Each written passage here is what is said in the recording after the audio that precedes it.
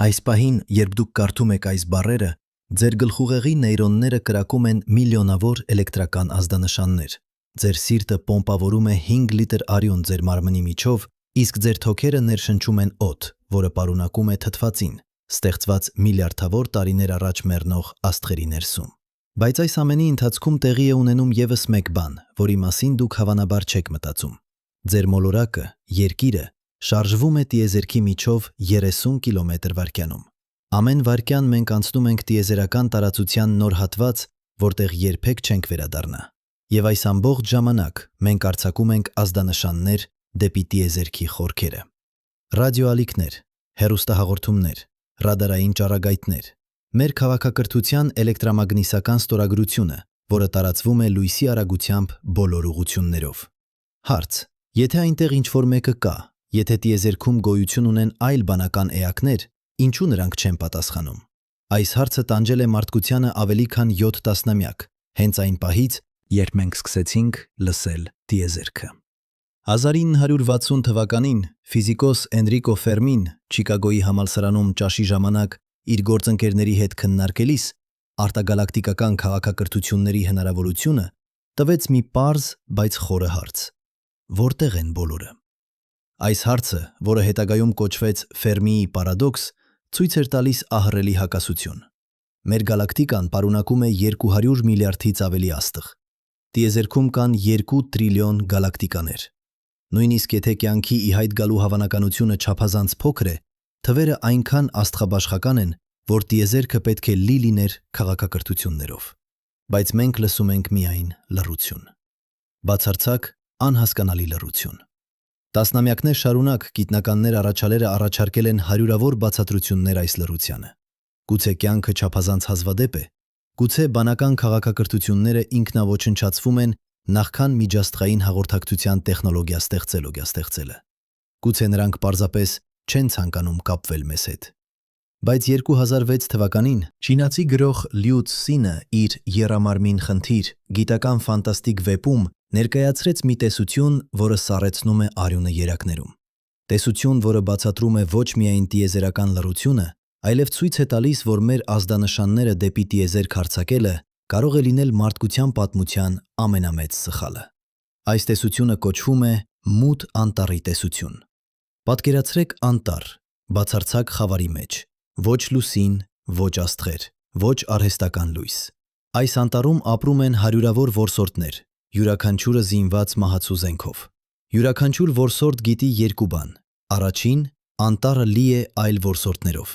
Երկրորդ,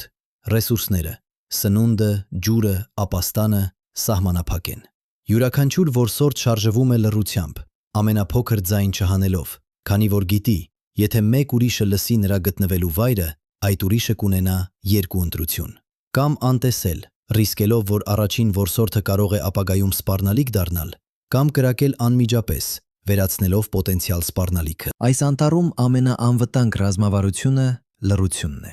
Եվ եթե դուք լսեք ձայն, եթե դուք հայտնաբերեք մեկ ուրիշի գոյությունը, ամենաբանական գործողությունը կրակելն է առաջին։ Քանի որ եթե դուք չկրակեք, նա կարող է կրակել ձեզ վրա։ Այժմ փոխարինեք անտառը տիեզերքով։ Փոխարինեք որսորդներին բանական քաղաքակրթություններով, եւ դուք կստանաք մութ անտառի տեսությունը։ Լյու Ցսինի տեսությունը հիմնված է 3 աքսիոմների վրա, որոնք ըստ նրա կիրառելի են ցանկացած բանական քաղաքակրթության համար։ Առաջին աքսիոմ. գոյատևումը։ Ցանկացած քաղաքակրթության առաջին առաջնահերթությունն է։ Երկրորդ աքսիոմ. տիեզերքի ռեսուրսները, թեև հսկայական, վերջնական են։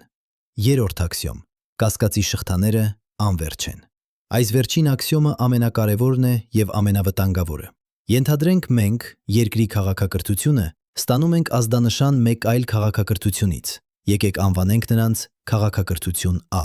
Մենք չգիտենք նրանց մտադրությունները, նրանք խաղաղասեր են, թե ագրեսիվ։ Բայց նույնիսկ եթե նրանք այժմ խաղաղասեր են, մենք չգիտենք, արդյոք նրանք կմնան այդպիսին 100 տարի հետո, 1000 տարի հետո, միլիոն տարի հետո։ Քաղաքակրթությունները զարգանում են, փոխվում են, նրանց առաջնորդները փոխվում են։ Այսօր նրանք կարող են լինել բարեհաճ, վաղը ոչնչացնող։ Մենք չենք կարող իմանալ։ Սա կասկածի առաջին շերտն է։ Բայց կա ավելի խորը շերտ, Նույնիսկ եթե քաղաքակրթություն ան իսկապես խաղաղասեր է եւ ցանկանում է հաստատել բարեկամական կապ մեզ հետ, նրանք չեն կարող իմանալ մեր մտադրությունները։ Նրանք չեն կարող վստահել, որ մենք չենք սպառնալիք ներկայացնի նրանց համար ապագայում։ Եվ նրանք գիտեն, որ մենք գիտենք, որ նրանք չեն կարող մեզ վստահել։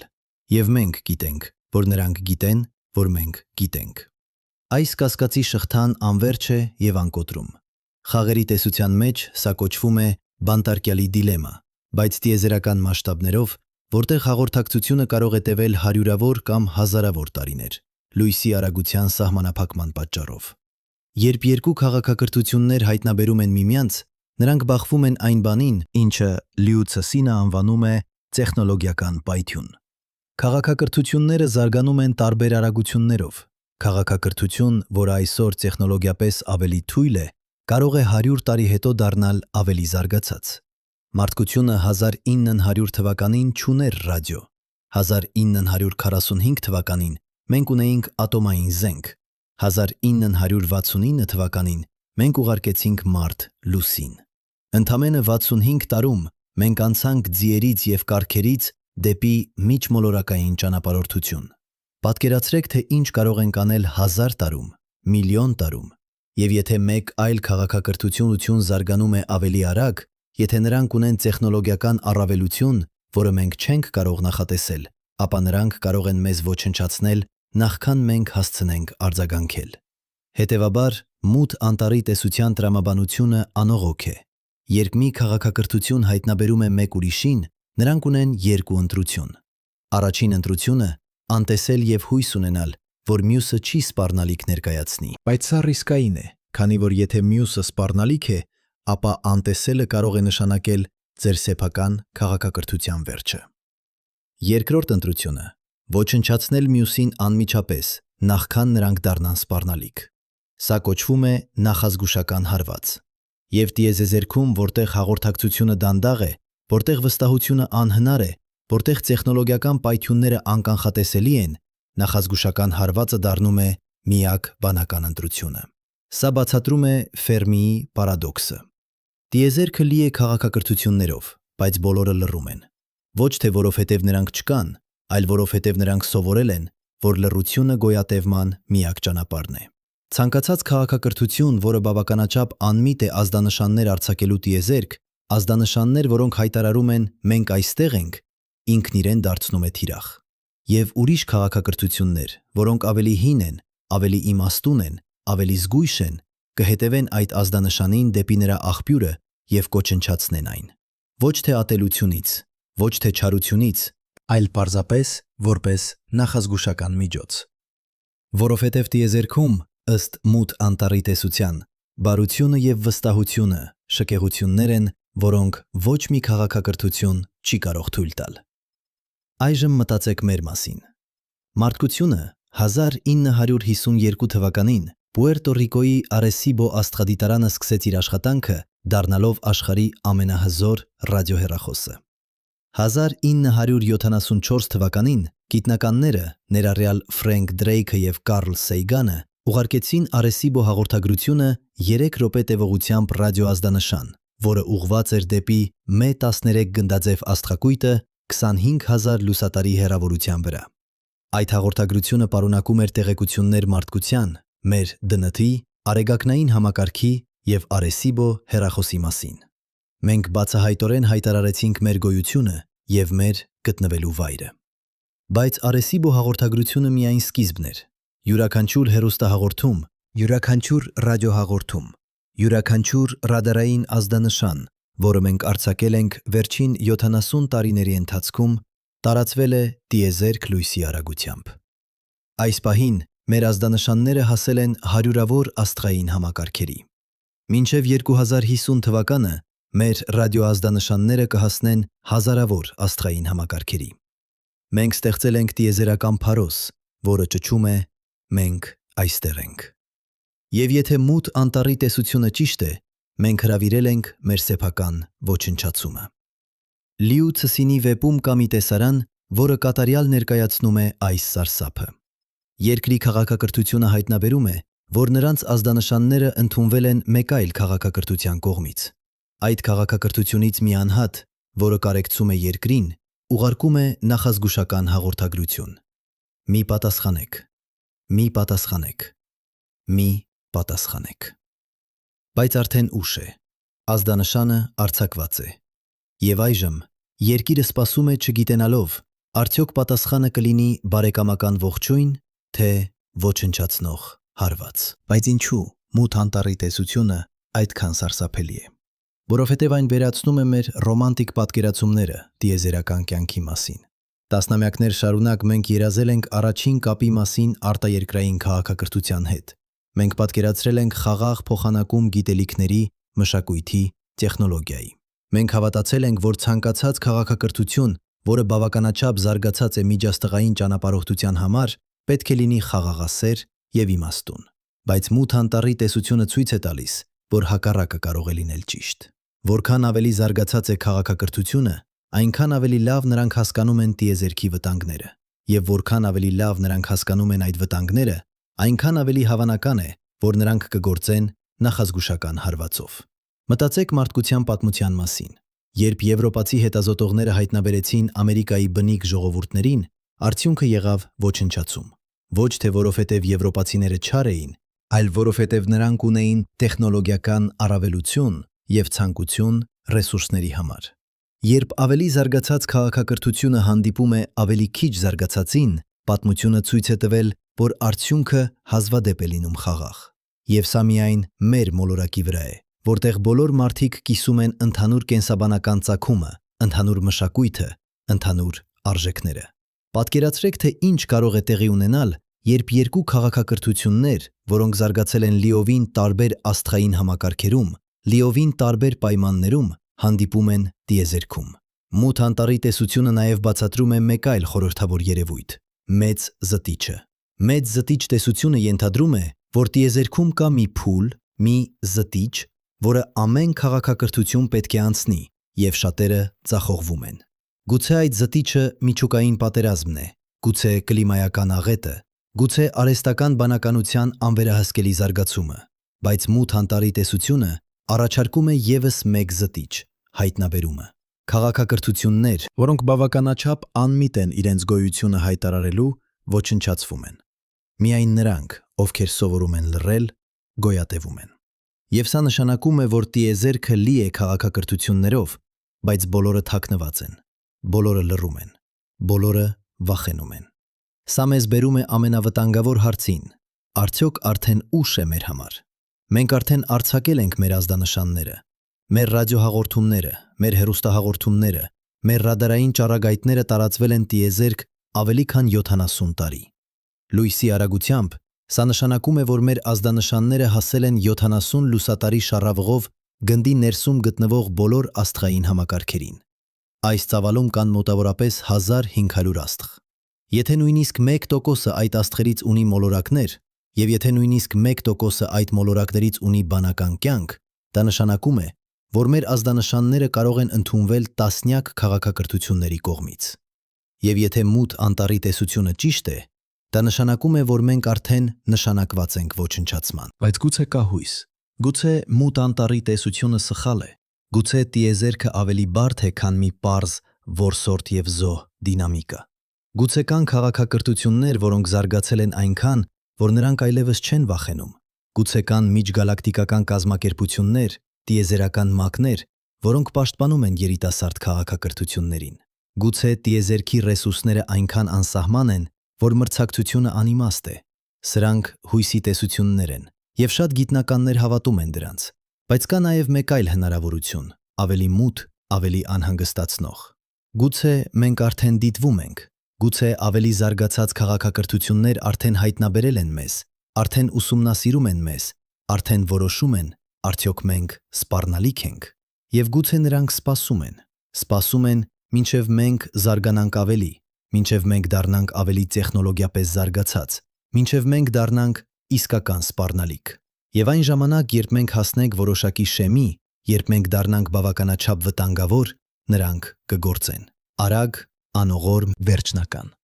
Սա է մութ անտառի տեսության ամենասարսափելի ասպեկտը՝ անորոշությունը։ Մենք չգիտենք, թե արդյոք մենք միայնակ ենք, թե դիտվում ենք։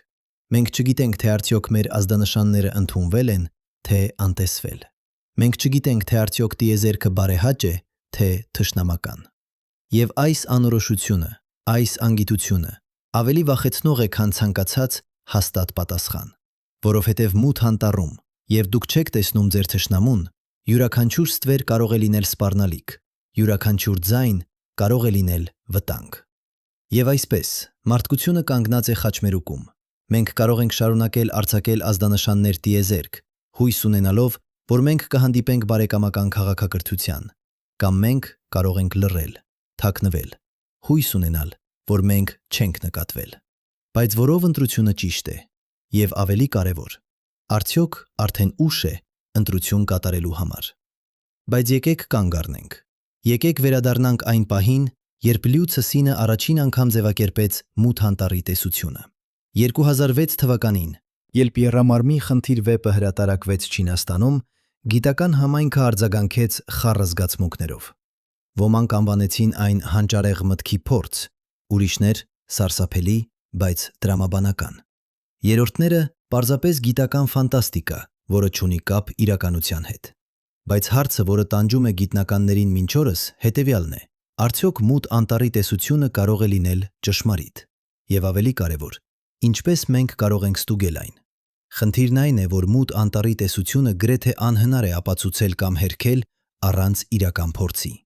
Եվ այդ փորձը կարող է արժենալ մեր քաղաքակրթության գոյությունը։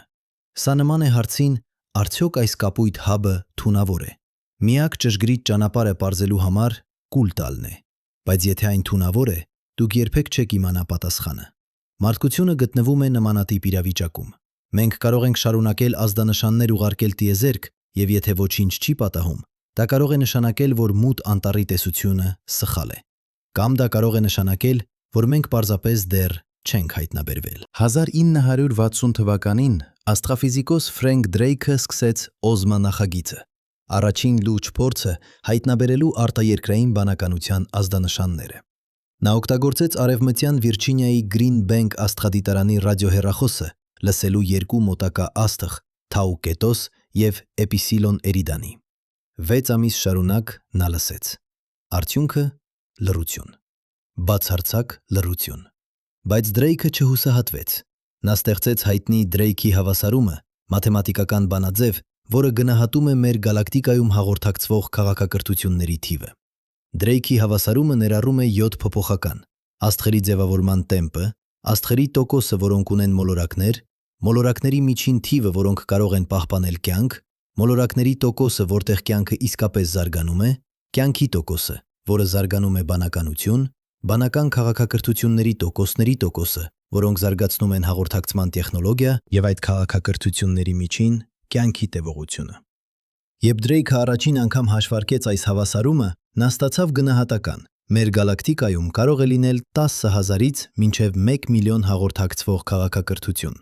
10,000, պատկերացրեք, 10,000 քաղաքակրթություն, յուրաքանչյուրը հնարավոր է ունենում տեխնոլոգիա, մշակույթ, պատմություն, երազանքներ, եւ մենք չենք լսում նրանցից ոչ մեկին։ 1975 թվականին SETI ծրագիրը արտաերկրային բանականության որոնում պաշտոնապես սկսվեց որպես համակարգված գիտական ջանք։ Տասնամյակներ շարունակ հարյուրավոր գիտնականներ, օգտագործելով աշխարհի ամենահզոր ռադիոհեռախոսները, լսեցին տիեզերքը։ Նրանք ստուգեցին միլիոնավոր ռադիոհաճախականություններ, նրանք ուսումնասիրեցին հազարավոր աստղային համակարգեր, եւ ամեն անգամ լռություն։ Բացի մի դեպքից, 1977 թվականի օգոստոսի 15-ին Օհայո նահանգի համալսարանի մեծ ականջ ռադիոհեռախոսը ընդունեց հզոր նեղ շերտային ռադիոազդանշան, որը տևեց 72 վայրկյան։ Ազդանշանը այնքան ուժեղ էր եւ այնքան անսովոր, որ աստղագետ Ջերի Էյմանը, երբ տեսավ տվյալները, գրեց «Վայ» տպագրված թղթի վրա։ Այդ ազդանշանը հայտնի դարձավ որպես «Վայ» ազդանշան։ Բայց «Վայ» ազդանշանը երբեք չկրկնվեց։ Չնայած տասնամյակներ շարունակ փորձերին, չնայած բազմաթիվ հետազոտություններին, այդ ազդանշանը երբեք այլևս չընդունվեց։ Արդյոք դա էր արտաերկրային հաղորդագրություն։ Արդյոք դա էր տեխնիկական սխալ։ Արդյոք դա էր բնական տիեզերական երևույթ։ Մենք երբեք չենք իմանա։ Բայց «Վայ» ազդանշանը դարձավ խորհրդանիշ մեր որոնման, մեր հույսի և մեր անորոշության։ Քանի որ նույնիսկ եթե դա էր իսկական ազդանշան, նրա մի անվագ բնույթը կարող է լինել ճիշտ այն, ինչ մութ անտառի տեսությունը կանխատեսում է։ Մի քաղաքակրթություն, որը պատահաբար թողեց ազդանշան դուրս, հասկացավ իր սխալը և անմիջապես լռեց։ Այժմ եկեք դիտարկենք մութ անտառի տեսության դեմ գիտական փաստարկները։ Շատ աստղաֆիզիկոսներ հավատում են, որ տիեզերքը չափազանց մեծ է, որպեսզի մութ անտառի դինամիկան աշխատի։ Մեր գալակտիկան միայն ունի 10,000-ից մինչև 400 միլիարդ աստղ, կախված գնահատականից։ Աստղերի միջև միջին հեռավորությունը մոտավորապես 5 լուսատարի է։ Սա նշանակում է, որ նույնիսկ լույսի արագությամբ ճանապարհորդելը, ինչը ֆիզիկայի օրենքների համաձայն անհնար է զանգվածով օբյեկտների համար, կպահանջի տարիներ հասնելու ամենամոտ աստղին։ Իրատեսական միջաստղային ճանապարհորդությունը, օգտագործելով ժամանակակից տեխնոլոգիա կամ նույնիսկ տեսական ապագա տեխնոլոգիա, կպահանջի հարյուրավոր կամ հազարավոր տարիներ։ Ինչպես կարող է մի քաղաքակրթություն պահպանել նախազգուշական անհարված ռազմավարություն, երբ նույնիսկ հայտնաբերումը և արձագանքը կարող է տևել հազարամյակներ։ Բացի այդ, կա էներգիայի խնդիրը։ Մի քաղաքակրթություն ոչնչացնելը միջմիջաստղային հեռավորություններից պահանջում է անհավատալի քանակությամբ էներգիա։ Դուք չեք կարող պարզապես կրակել հրթիռ և հույս ունենալ, որ այն կհասնի թիրախին տասնամյակներ կամ դարեր հետո։ Թիրախը շարժվում է, նրանց աստղը շարժվում է, ամբողջ աստղային համակարգը շարժվում է գալակտիկայի միջով։ Դուք պետք է հաշվարկեք ոչ միայն ներկայիս դիրքը, այլև ապագա դիրքը, այն ժամանակ, երբ ձեր զենքը կհասնի։ Եվ եթե թիրախային քաղաքակրթությունը բավականաչափ զարգացած է հայտնաբերելու ձեր հարձակումը, նրանք կարող են պաշտպանվել, խուսափել կամ նույնիսկ հակահարձակում իրականացնել։ Ավելին, կա այն, ինչը ջիգիտնականները անվանում են տեխնոլոգիական հորիզոն խնդիրը։ Մենք չենք կարող պատկերացնել տեխնոլոգիաները, որոնք կարող են գոյություն ունենալ 1000 տարի ապագայում, թող մի կողմ, միլիոն տարի։ 1900 թվականին ամենազարգացած տեխնոլոգիան էր գոլորշու շարժիչը։ Մենք չունեինք ռադիո, չունեինք հեռուստացույց, չունեինք համակարգիչներ, չունեինք ինտերնետ, չունեինք արբանյակներ։ Հիմա, ընդամենը 125 տարի հետո, մենք ունենք բոլոր այդ բաները և ավելին։ Պատկերացրեք մի քաղաքակրթություն, որը միլիոն տարի առաջ է մեզանից։ Նրանց տեխնոլոգիան կլինի այնքան առաջադեմ, որ մենք նույնիսկ չենք կարող հասկանալ դրա սկզբունքները։ Նրանք կարող են ունենալ եղանակներ շրջանցելու լույսի արագության սահմանափակումը։ Նրանք կարող են ունենալ զենքեր, որոնք մենք չենք կարող պատկերացնել։ Նրանք կարող են ունենալ պաշտպանություն, որը դարձնում է ցանկացած հարձակումը անօգուտ։ Բայց ահա հետաքրքիր բանը։ Այս բոլոր փաստարկները մութ անտառի տեսության դեմ ենթադրում են, որ քաղաքակրթությունները գործում են բանականորեն և հաշվարկված։ Բայց ինչ եթե նրանք չեն։ Ինչ եթե վախը, կասկածը և գոյատևման ինստինկտը ավելի ուժեղ են, քան տրամաբանությունը։ Մարդկության պատմությունը լի է օրինակներով, երբ ազգերը, ցեղերը, կայսրությունները գործել են նախազգուշական ագրեսիայով, հիմնված վախի և կասկածի վրա, ոչ թե իրական սպառնալիքի։ Սառը պատերազմի ժամանակ Սովետական Միությունը և Միացյալ Նահանգները կուտակեցին տասնյակ հազարավոր միջուկային զենք, յուրաքանչյուրը կարող էր ոչնչացնել քաղաքներ։ Ինչու։ Ոչ թե որովհետև նրանք ցանկանում էին օգտագործել դրանք, այլ որովհետև նրանք վախենում էին, որ մյուս կողմը կարող է օգտագործել իրենցը առաջին։ Սա էր փոխադարձ երաշխավորված ոչնչացում։ Փեո։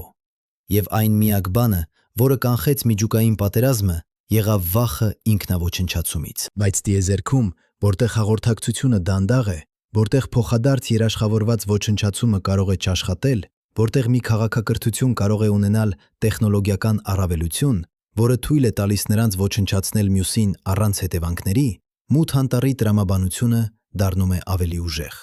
Եվ սա մեզ բերում է մեկ այլ կարևոր կետի՝ ասիմետրիկ տեղեկատվության խնդրին։ Երբ երկու քաղաքակրթություններ հայտնաբերում են միմյանց, նրանք չունեն հավասար տեղեկատվություն։ Մեկը կարող է ավելի շատ իմանալ մյուսի մասին, մեկը կարող է ավելի զարգացած լինել, մեկը կարող է ունենալ ավելի լավ զենք, եւ այս անհավասարությունը ստեղծում է անվստահություն։ Խաղերի տեսության մեջ կա հայեցակարգ, որը կոչվում է անկատար տեղեկատվությամբ խաղ։ Սա խաղ է, որտեղ խաղացողները չունեն ամբողջական տեղեկատվություն մյուս խաղացողների մասին։ Պոկերը անկատար տեղեկատվությամբ խաղի օրինակ է։ Դուք չգիտեք, թե ինչ քարտեր ունեն ձեր հակառակորդները։ Այս խաղերում օպտիմալ ռազմավարությունը հաճախ ներառում է զգուշություն, խաբեություն և նախազգուշական գործողություններ։ Տիեզերքը ըստ մութ անտառի տեսության ամենամեծ անկատար տեղեկատվությամբ խաղն է, և այս խաղում գոյատևումը կախված է ոչ թե վստահությունից, այլ կասկածից։ Բայց եկեք դիտարկենք մեկ այլ հեռանկար՝ տնտեսական հեռանկարը։ Նոբելյան մրցանակակիր տնտեսագետ Ռոբին Հենսոնը առաջարկել է գրավիչ տեսությունը՝ բացատրելու Ֆերմիի պարադոքսը։ Ըստ այս տեսության, միջաստղային ճանապարհորդությունը և գաղութացումը տնտեսապես անշահավետ են։ Ռեսուրսները, որոնք պահանջվում են ուղարկելու տիեզերանավ մեկ այլ աստղային համակարգ, այնքան հսկայական են, որ ոչ մի քաղաքակրթություն չի ցանկանա ներդրում կատարել։ Ավելի շահավետ է մնալ տանը և օգտագործել ռեսուրսները տեղում։ Բայց այս տեսությունը չի բացատրում լռությունը։ Նույնիսկ եթե քաղաքակրթությունները չեն ճանապարհորդում, նրանք դեռ կարող են հաղորդակցվել։ Ռադիոազդանշանները չեն պահանջում հսկայական ռեսուրսներ։ Մենք, Երկրի վրա, արձակում ենք ռադիոազդանշաններ ավելի քան 70 տարի, համեմատաբար փոքր ծախսերով։ Այսպիսով, մենք վերադառնում ենք հիմնական հարցին. ինչու լռություն։ Եթե մութ անտառի տեսությունը սխալ է, եթե տիեզերքը լի է բարեկամական քաղաքակրթություններով, ինչու մենք չենք լսում նրանց։ Մի հնարավոր պատասխան՝ տեխնոլոգիական անհամապատասխանություն։ Գուցե արտաերկրային քաղաքակրթությունները օգտագործում են հաղորդակցման տեխնոլոգիաներ, որոնք մենք դեռ չենք հայտնաբերել։ Մենք լսում ենք ռադիոալիքները, բայց գուցե նրանք օգտագործում են նեյտրինոներ, գրավիտացիոն ալիքներ կամ քվանտային շղարշում։ Սա նման է փորձելու հայտնաբերել Wi-Fi ազդանշան, օգտագործելով միայն ձեր ականջները։ Տեխնոլոգիան գոյություն ունի, բայց դուք չունեք ճիշտ գործիքները այն հայտնաբերելու համար։ Մեկ այլ հնարավորություն՝ կարճ պատուհան տեսությունը։ Գուցե քաղաքակրթությունները միայն կարճ ժամանակահատվածի համար արձակում են ռադիոազդանշաններ, նախքան անցնելը ավելի առաջադեմ հաղորդակցման ձևերի։ Մարդկությունը սկսեց արձակել ուժեղ ռադիոազդանշաններ մոտավորապես 1930 թվականին։ Բայց արդեն հիմա, ընդամենը 9 տասնամյակ հետո, մեր ռադիոարձակումները դառնում են ավելի թույլ և ավելի ուղղված։ Արբանյակային հեռուստատեսությունը, մանրաթելային ինտերնետը, թվային հաղորդակցությունը բոլորը օգտագործում են ավելի քիչ էներգիա և ավելի նեղ ճառագայթներ։ 100 տարի հետո մեր ռադիոստորագրությունը կարող է լինել գրեթե անհայտ։ Եթե սա ճիշտ է, ապա յուրաքանչյուր քաղաքակրթություն ունի միայն կարճ պատուհան, մոտավորապես 100 մինչև 200 տարի, երբ նրանք հայտնի են ռադիոալիքներով։ Եվ եթե երկու քաղաքակրթությունների պատուհանները չեն համընկնում ժամանակի մեջ, նրանք երբեք չեն հայտնաբերի միմյանց։ Բայց կա նաև ավելի մութ բացատրություն՝ մեծ զտիչ տեսությունը, որը նշեցինք ավելի վաղ։ Գուցե ամեն քաղաքակրթություն, որը հասնում է որոշակի տեխնոլոգիական մակարդակի, բախվում է գոյատևման ճգնաժամի։ Միջուկային պատերազմ, կլիմայական աղետ, արհեստական բանականության ապստամբություն, կենսաբանական պանդեմիա, աստերոիդի բախում։ Ցանկացած այս սպառնալիքներից մեկը կարող է ոչնչացնել քաղաքակրթություն, նախքան այն հասնի միջաստղային հաղորդակցության փուլին։ Եվ եթե այս զտիչը բավականաչափ ընդհանուր է, ապա տիեզերքը կարող է լինել մեռած քաղաքակրթություններով, յուրաքանչյուրը ձախողված իր սեփական տեխնոլոգիական առաջընթացի պատճառով։ Մարդկությունը այս պահին գտնվում է ճգնաժամային կետում։ Մենք ունենք տեխնոլոգիա ոչնչացնելու մեզ միջուկային զենքով։ Մենք բախվում ենք կլիմայական փոփոխությանը, որը կարող է դարձնել մեր մոլորակը անբնակելի։ Մենք զարգացնում ենք արհեստական բանականություն, որը կարող է գերազանցել մարդկային վերահսկողությունը։ Մենք ապրում ենք ժամանակաշրջանում, երբ մեր քաղաքակրթության ապագան կախված է մեր ընտրություններից հաջորդ մի քանի տասնամյակներում։ Եթե մենք գերազանցենք այս մարտահրավերները, մենք կարող ենք դառնալ միջաստղային քաղաքակրթություն։ Եթե մենք ձախողվենք, մենք կդառնանք ևս մեկ լռություն տիեզերքում։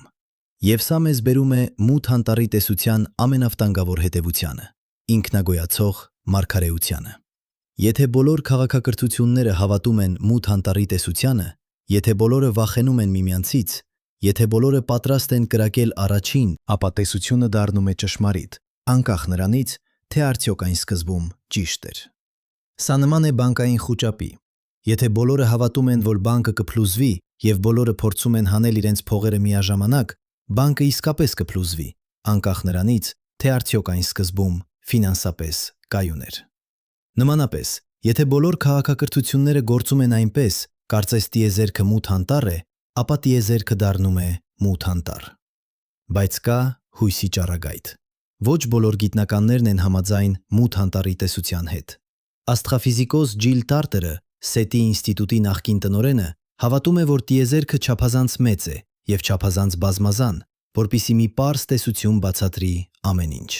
Նա ասում է. տիեզերքը կարող է լինել լի քաղաքակրթություններով, որոնք ունեն տարբեր մոտիվացիաներ, տարբեր վախեր, տարբեր հույսեր։ Ոմանք կարող են լռել, ոմանք կարող են հաղորդակցվել, ոմանք կարող են ագրեսիվ լինել, ոմանք կարող են խաղաղասեր լինել։ Մենք չենք կարող ընդհանրացնել ամբողջ տիեզերքը հիմնվելով մեկ տեսության վրա։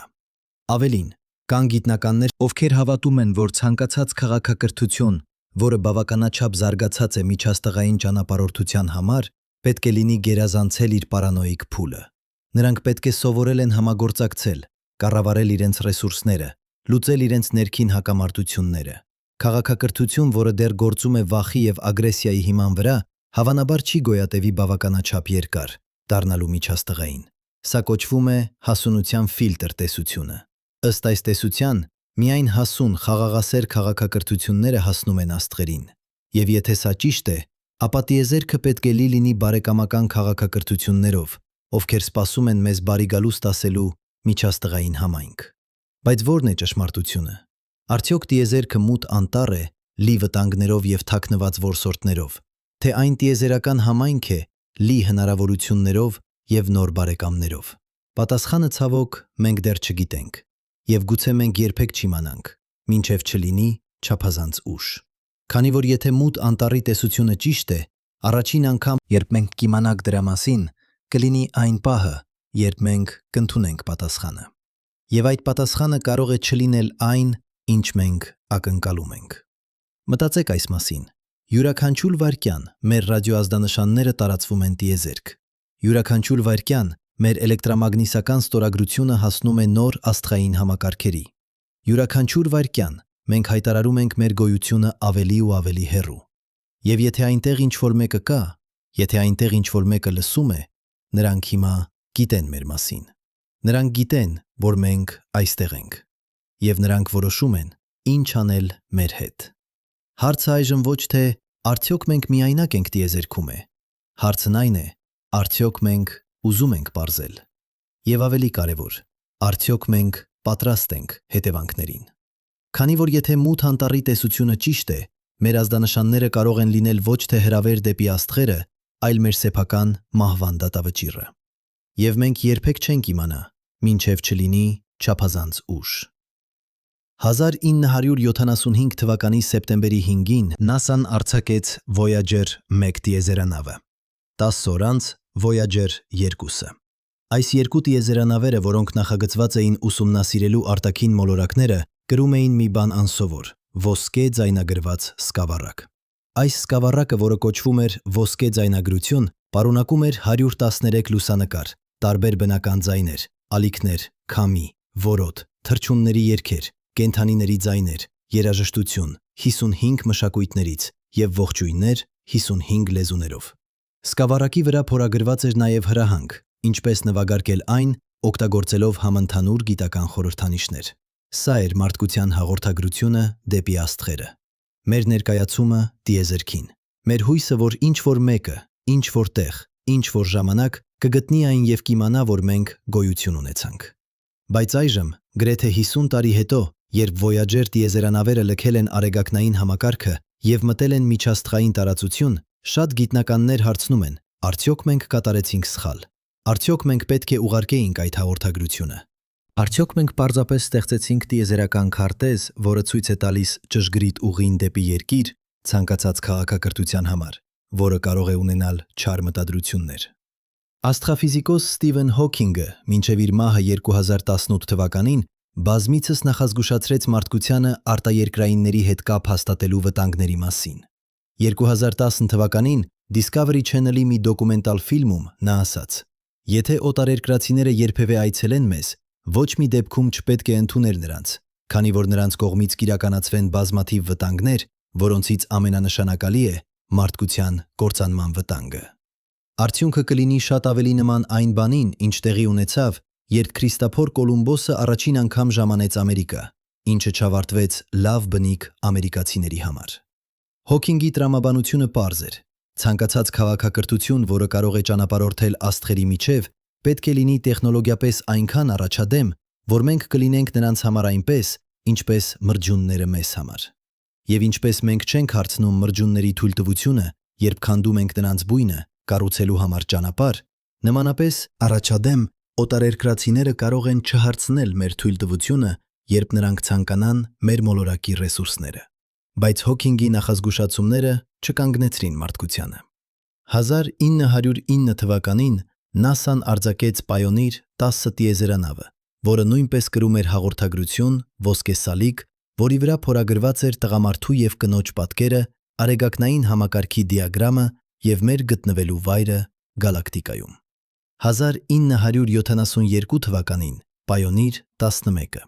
1986 թվականին գիտնականները սկսեցին MET-ի ծրագիրը, հաղորդագրություններ արտաերկրային բանականությանը։ Ի տարբերություն SETI-ի, որը միայն լսում է, MET-ին ակտիվորեն ուղարկում է հաղորդագրություններ դեպի թիրախային աստղային համակարգեր։ 2008 թվականին ուկրաինական Եվպատորիա ռադիոհեռախոսից ուղարկվեց հաղորդագրություն դեպի Gliese 581G մոլորակը 20 լուսատարի հեռավորության վրա։ 2012 թվականին հաղորդագրություն դեպի Gliese 884 աստղային համակարգը։ Յուրաքանչյուր այս հաղորդագրություն էր մարդկության ակտիվ փորձ հայտարարելու մեր գոյությունը։ Եվ յուրաքանչյուր անգամ գիտական համայնքը բաժանվում էր։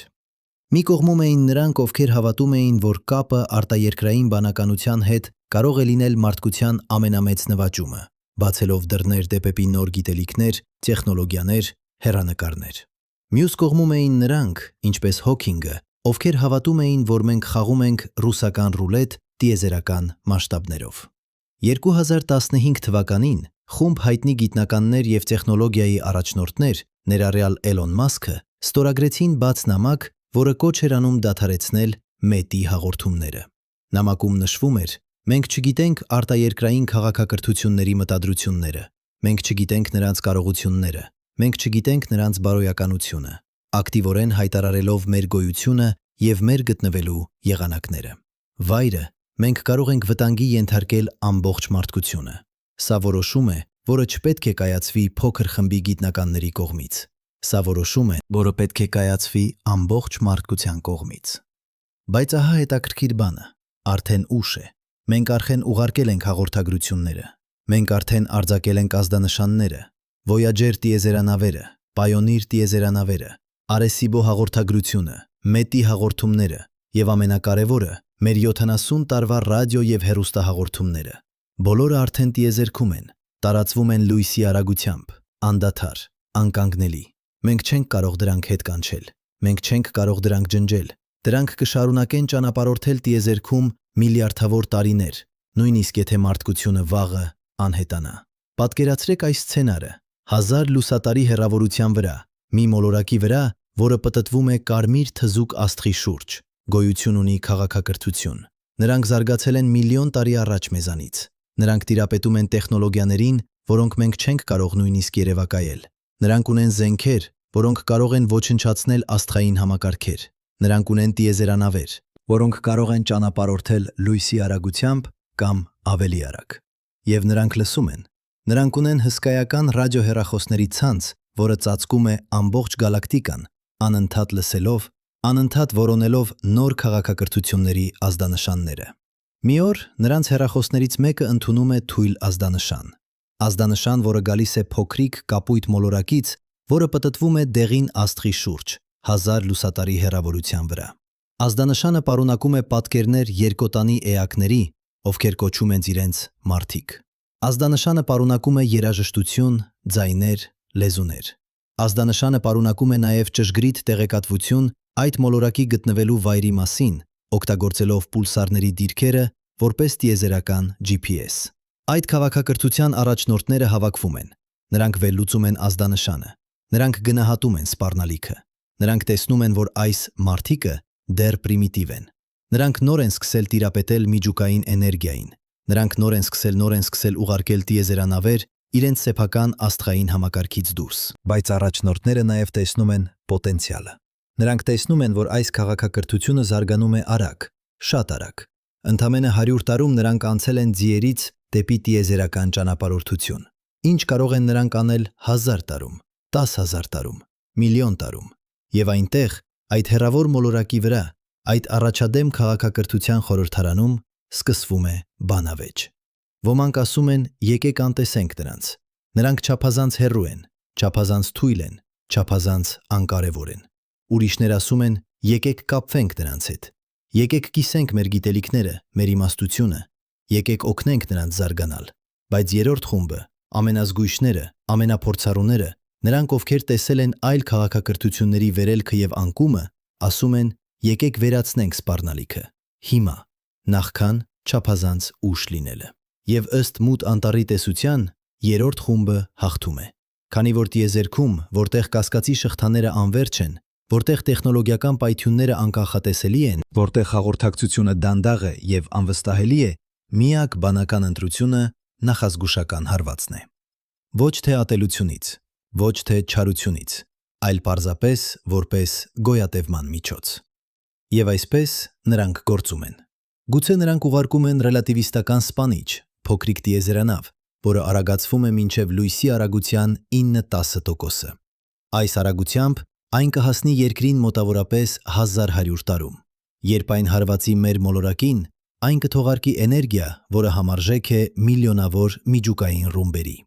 Ամբողջ մոլորակը կվերածվի հալածապարի։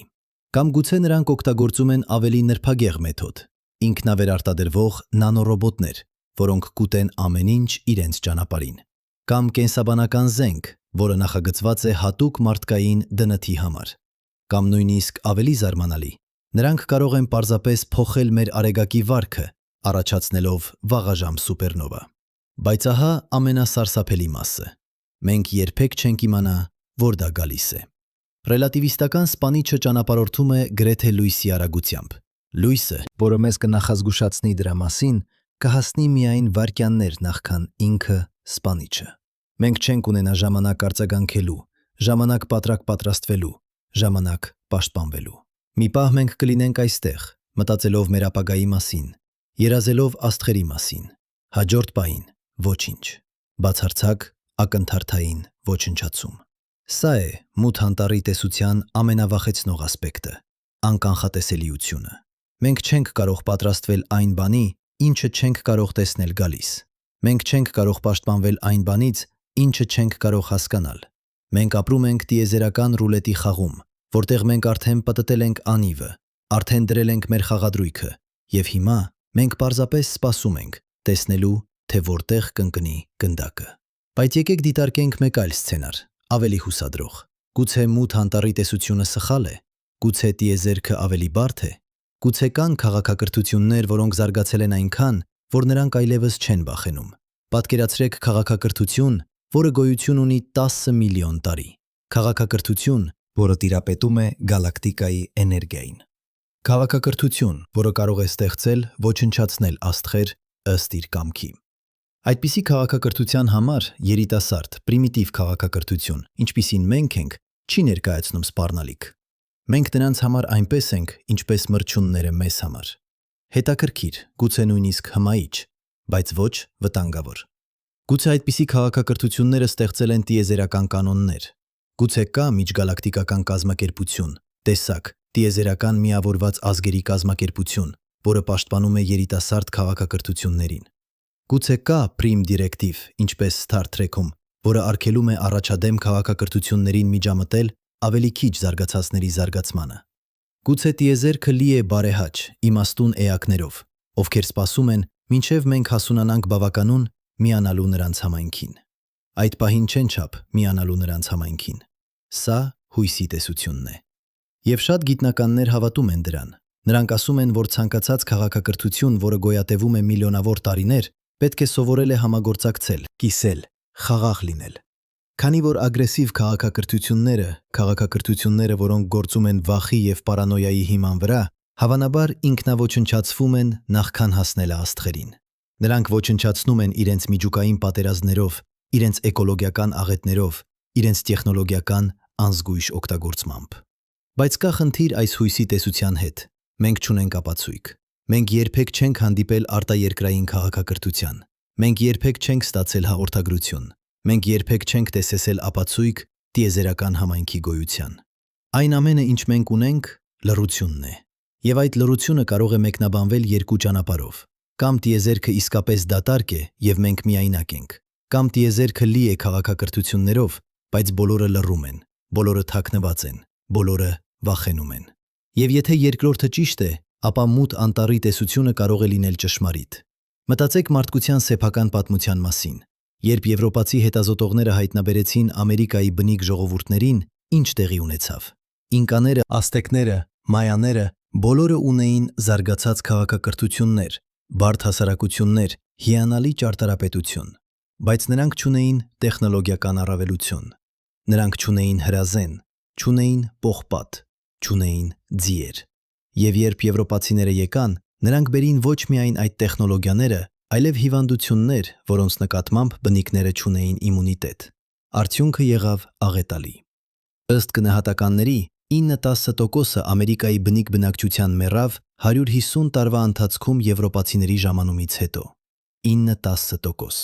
Սա եղավ ամենամեծ ժողովրդագրական աղետը մարդկության պատմության մեջ։ Եվ սա տեղի ունեցավ ոչ թե որովհետև եվրոպացիները չար էին, շատերը իսկապես հավատում էին, որ նրանք բերում են քաղաքակրթություն, կրոն, առաջընթաց, բայց նրանք նաև ուզում էին ոսկի, հող, ռեսուրսներ։ Եվ երբ բնիկները դիմադրեցին, եվրոպացիները օգտագործեցին իրենց տեխնոլոգիական առավելությունը, ճնշելու դիմադրությունը։ Սա մարդկության պատմության դաս է, երբ երկու քաղաքակրթություններ հանդիպում են եւ մեկը ունի տեխնոլոգիական առավելություն, արդյունքը հազվադեպ է լինում հավասար կամ արդար։ Այժմ պատկերացրեք այս սցենարը տիեզերական մասշտաբներով։ Պատկերացրեք քաղաքակրթություն, որը միլիոն տարի առաջ է մեզանից։ Տեխնոլոգիական տարբերությունը մեր եւ նրանց միջև կլինի անհամեմատ ավելի մեծ, քան եվրոպացիների եւ բնիկ ամերիկացիների միջև։ Մենք կլինենք նրանց համար այնպես, ինչպես մրջյունները մեզ համար, կամ նույնիսկ ավելի քիչ։ Գուցե մենք կլինենք նրանց համար այնպես, ինչպես բակտերիաները մեզ համար։ Եվ ինչպես մենք չենք մտածում բակտերիաների մասին, երբ ախտահանում ենք մեր ձեռքերը, նմանապես առաջադեմ օտարերկրացիները կարող են չմտածել մեր մասին, երբ նրանք ցանկանան մեր մոլորակի ռեսուրսները։ Բայց կա եւս մեկ ասպեկտ, որը դարձնում է մութ անտառի տեսությունը ավելի սարսափելի՝ ժամանակի ասիմետրիան։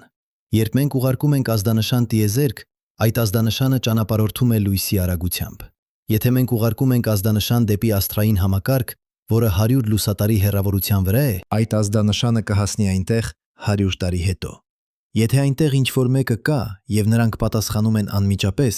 մենք կստանանք պատասխանը 200 տարի հետո։ Բայց ինչ, եթե նրանք չեն պատասխանում անմիջապես։ Ինչ, եթե նրանք որոշում են ուսումնասիրել մեզ առաջ։ Ինչ, եթե նրանք որոշում են սպասել, տեսնել, թե ինչպես մենք զարգանում ենք։ Պատկերացրեք, մենք ուղարկում ենք ազդանշան 2020 թվականին։ Այն հասնում է հեռավոր քաղաքակրթության 2120 թվականին։ Նրանք ստանում են մեր ազդանշանը, վերլուծում են այն, որոշում են, որ մենք պոտենցիալ սպառնալիք ենք եւ ուղարկում են ռելատիվիստական սպանիչ։ Այդ սպանիչը ճանապարհորդում է լույսի արագության 9-10%-ով։ Այն կհասնի երկրին մոտավորապես 2230 թվականին։ 210 տարի մեր ազդանշանը ուղարկելուց հետո, բայց մենք չենք իմանա դրա մասին։ Մենք կշարունակենք ապրել, զարգանալ, երազել աստղերի մասին։ Մենք կշարունակենք ուղարկել ավելի շատ ազդանշաններ, կառուցել ավելի շատ հեռախոսներ, որոնել ավելի շատ։ Եվ ամբողջ այդ ժամանակ մահը կլինի ճանապարհին, անտեսանելի, անկանգնելի, անխուսափելի։ Սա է ժամանակի ասիմետրիայի սարսափը։ Տիեզերքում, որտեղ հեռավորությունները չափվում են լուսատարիներով, որտեղ հաղորդակցությունը տևում է տասնամյակներ կամ դարեր, մենք չենք կարող իմանալ մեր գործողությունների հետևանքները մինչև չափազանց ուշ լինելը։ Մենք ապրում ենք ներկայում, բայց մեր ճակատագիրը կարող է արդեն որոշված լինել անցյալում, մեր սեփական գործողություններով, որոնք մենք կատարեցինք տասնամյակներ կամ դարեր առաջ։ Եվ սա մեզ բերում է ամենակարևոր հարցին. ինչ պետք է անենք հիմա։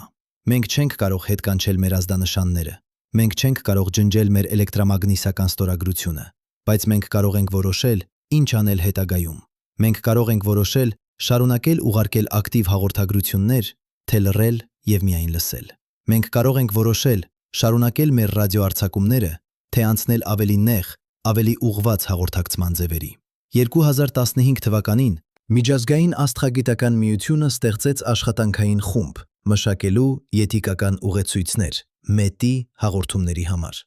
Խումբը առաջարկեց, որ ցանկացած ակտիվ հաղորդագրություն արտաերկրային բանականությանը պետք է լինի միջազգային համաձայնության արդյունք, ոչ թե անհատ գիտնականների կամ կազմակերպությունների որոշում։ Բայց խնդիրն այն է, որ ոչ մի միջազգային օրենք չի արգելում մետի հաղորդումները։ Ցանկացած անձ, ով ունի բավականաչափ հզոր ռադիոհեռախոս, կարող է ուղարկել հաղորդագրություն տիեզերք, եւ մի քանի մարդիկ արդեն արել են դա։ Սա նման է միջուկային զենքի տարածման խնդրին։ Մենք բոլորս համաձայն ենք, որ միջուկային զենքի տարածումը վտանգավոր է, բայց ինչպես մենք կարող ենք կանխել այն, երբ տեխնոլոգիան հասանելի է եւ երբ յուրաքանչյուր ազգ ունի իր սեփական անվտանգության շահերը։ Նմանապես, ինչպես մենք կարող ենք կանխել մետի հաղորդումները, երբ տեխնոլոգիան հասանելի է եւ երբ շատ գիտնականներ հավատում են, որ կապը արտաերկրային բանականության հետ կարող է լինել մարդկության ամենամեծ նվաճումը։ Պատասխանը ցավոք մենք չգիտենք։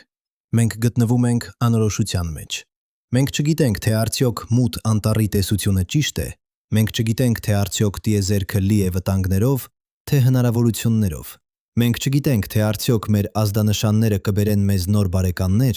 թե նոր թշնամիներ։ Եվ այս անորոշությունը, այս անգիտությունը ստիպում է մեզ կատարել ընտրություն, առանց ամբողջական տեղեկատվության, առանց երաշխիքների, առանց վերադարձի ճանապարհի։ Բայց գուցե ամենակարևոր դասը, որը մենք կարող ենք սովորել մութ անտառի տեսությունից, ոչ թե այն է, թե ինչպես վարվել արտաերկրայինների հետ, այլ այն է, թե ինչպես վարվել միմյանց հետ։ Քանի որ եթե մութ անտառի տեսությունը ճիշտ է, եթե տիեզերքը իսկապես վտանգավոր տեղ է, ապա մեր միակ հույսը գոյատևման համար միասնությունն է։ Մենք չենք կարող թույլ տալ բաժանվել ազգերի, կրոնների, գաղափարախոսությունների։ Մենք պետք է միավորվենք որպես մեկ տեսակ, մեկ քաղաքակրթություն, մեկ ձայն։ Եվ գուցե, ուղղակի գուցե, եթե մենք կարողանանք սովորել խաղաղ ապրել միմյանց հետ, եթե մենք կարողանանք լուծել մեր սեփական խնդիրները, պատերազմը, աղքատությունը, անհավասարությունը, կլիմայական փոփոխությունը, ապա մենք կարող ենք ապացուցել տիեզերքին, որ մենք արժանի ենք գոյատևելու։ Գուցե մենք կարող ենք ցույց տալ, որ մարդկությունը ոչ թե սպառնալիք է, այլ հույս,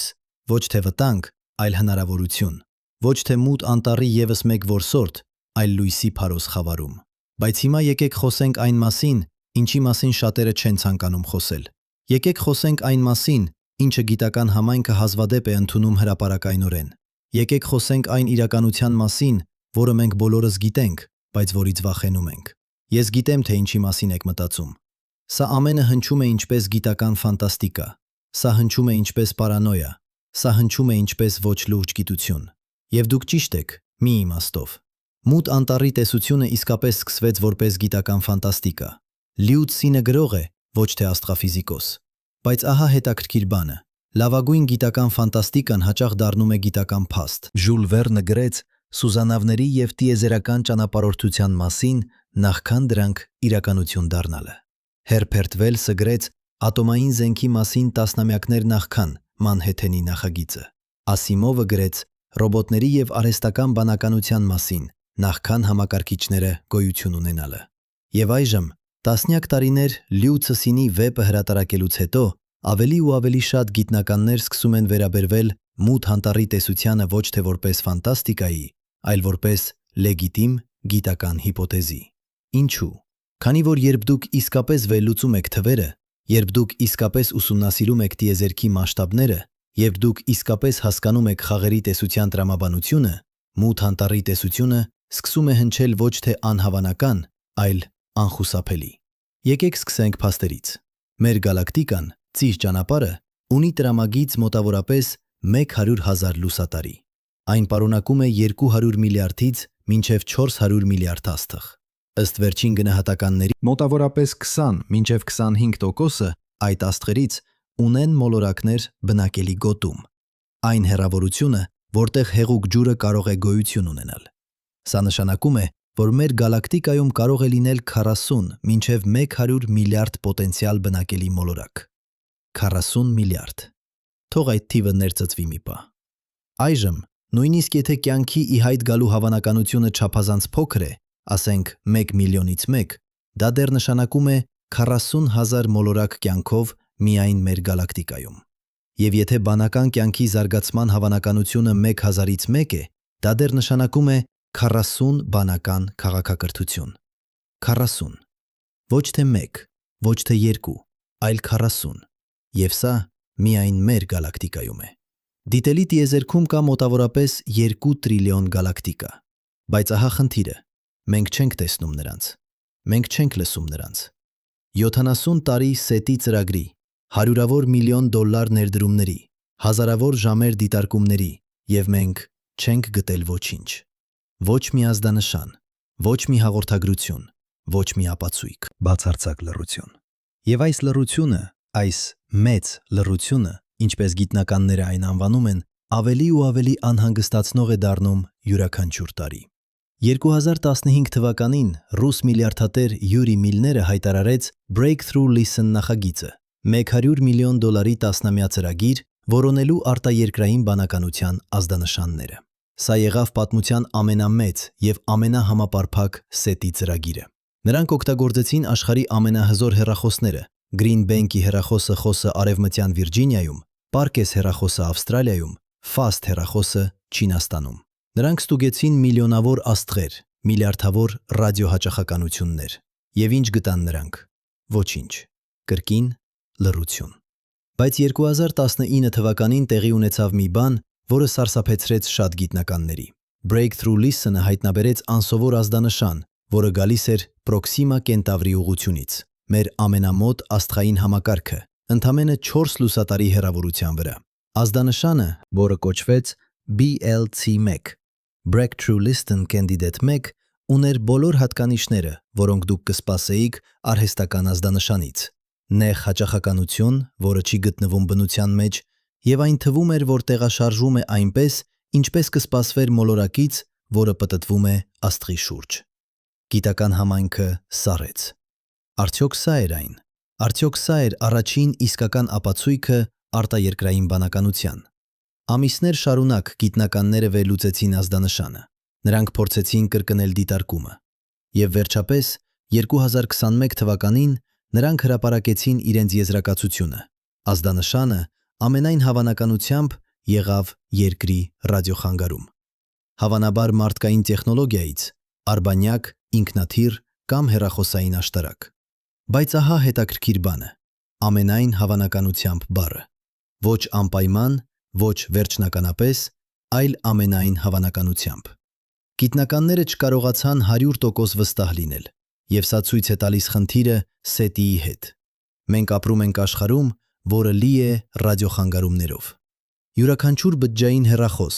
յուրաքանչյուր Wi-Fi router, յուրաքանչյուր արբանյակ, յուրաքանչյուր ռադար արձակում է ռադիոալիքներ։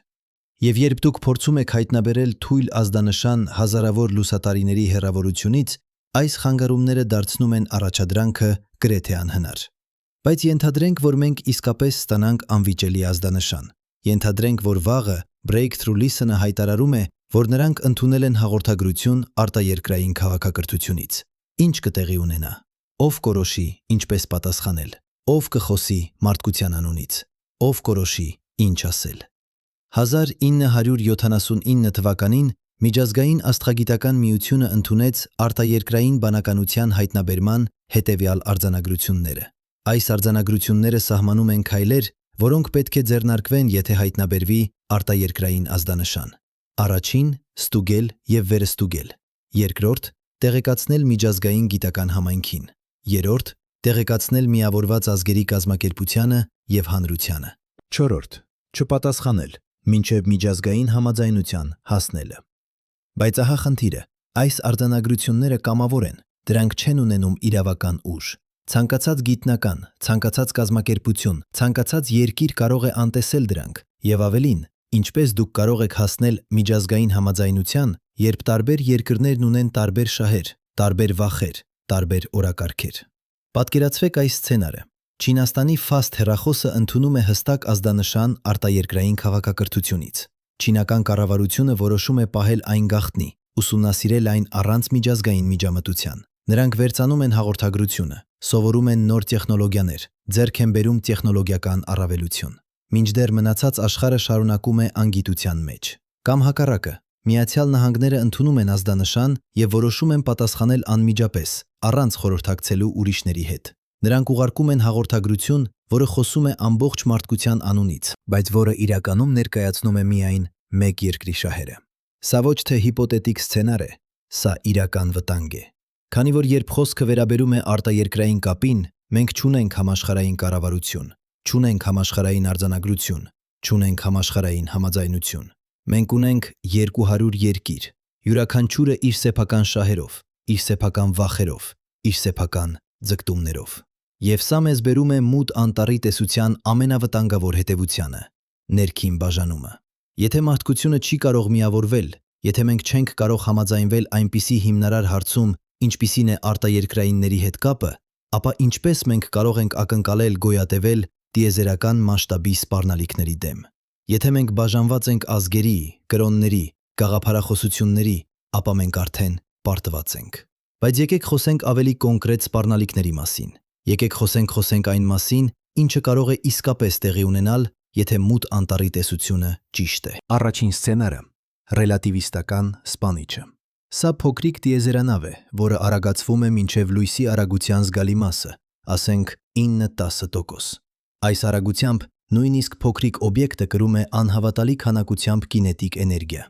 1 կիլոգրամ զանգված, որը շարժվում է լույսի արագության 9-10%-ով, ունի էներգիա, որը համարժեք է մոտավորապես 2 միլիոն տոննա TNT-ի։ Սա մոտավորապես 100 անգամ ավելի ուժեղ է, քան Հիրոշիմայի ատոմային ռումբը։ Այժմ պատկերացրեք ոչ թե 1 կիլոգրամ, այլ 1 տոննա, կամ 100 տոննա, կամ 1000 տոննա։ Երբ այդպիսի օբյեկտը հարվածի երկրին, այն կթողարկի էներգիա, որը համարժեք է միլիոնավոր կամ նույնիսկ միլիարդավոր միջուկային ռումբերի։ Ամբողջ մոլորակը կվերածվի հալածապարի։ Մթնոլորտը կհեռացվի, օվկիանոսները կգոլոշյանան։ Կյանքը, ինչպես մենք գիտենք, կդադարի գոյություն ունենալ։ Եվ ամենավատը, մենք երբեք չենք տեսնի այն գալիս։ Քանի որ օբյեկտը շարժվում է գրեթե լույսի արագությամբ, լույսը, որը մեզ կնախազգուշացնի դրա մասին, կհասնի միայն վայրկյաններ կամ րոպեներ նախքան հարվածը։ Երկրորդ սցենարը՝ ինքնավերարտադրվող նանորոբոտները։ Պատկերացրեք միկրոսկոպիկ մեքենաներ, այնքան փոքր, որ անտեսանելի են բաց աչքով, բայց որոնք կարող են վերարտադրվել օգտագործելով շրջակա նյութերը։ Այս նանորոբոտները կարող են ծրագրավորվել ուտել ամեն ինչ իրենց ճանապարհին՝ ապարներ, մետաղներ, օրգանական նյութեր։ Նրանք կարող են վերարտադրվել էքսպոնենցիալ արագությամբ, մեկը դառնում է 2, 2-ը 4, 4-ը 8։ Մի քանի շաբաթում նրանք կարող են ծածկել ամբողջ մոլորակը, վերածելով ամեն ինչ մոխրագույն փոշու, անտարբերակ զանգվածի նանորոբոտների։ Սա կոչվում է մոխրագույն փոշու սցենար, եւ այն առաջին անգամ նկարագրվեց նանոտեխնոլոգիայի ռահվիրա Էրիկ Դրեքսլերի կողմից 1986 թվականին։ Դրեքսլերը նախազգուշացրեց, որ ինքնավերարտադրվող նանորոբոտները կարող են լինել գոյատևողական սպառնալիք, եթե դրանք երբևէ դուրս գան վերահսկողությունից։ Եվ եթե արտաերկրային քաղաքակրթությունը ցանկանար ոչնչացնել մեզ, նրանք կարող էին պարզապես ուղարկել փոքրիկ բեռ նանորոբոտների, որոնք կարող էին մնալ անգործուն մինչև հասնել է երկրին, եւ այնուհետև ակտիվանալ եւ սկսել իրենց ոչնչացուցիչ աշխատանքը։ Երրորդ սցենարը՝ կենսաբանական զենքը։ Առաջադեմ քաղաքակրթությունը, որն ունի խորը հասկացողություն կենսաբանության եւ գենետիկայի, կարող էր ստեղծել վիրուս կամ բակտերիա, որը հատուկ նախագծված է ոչնչացնելու մարդկային կյանքը։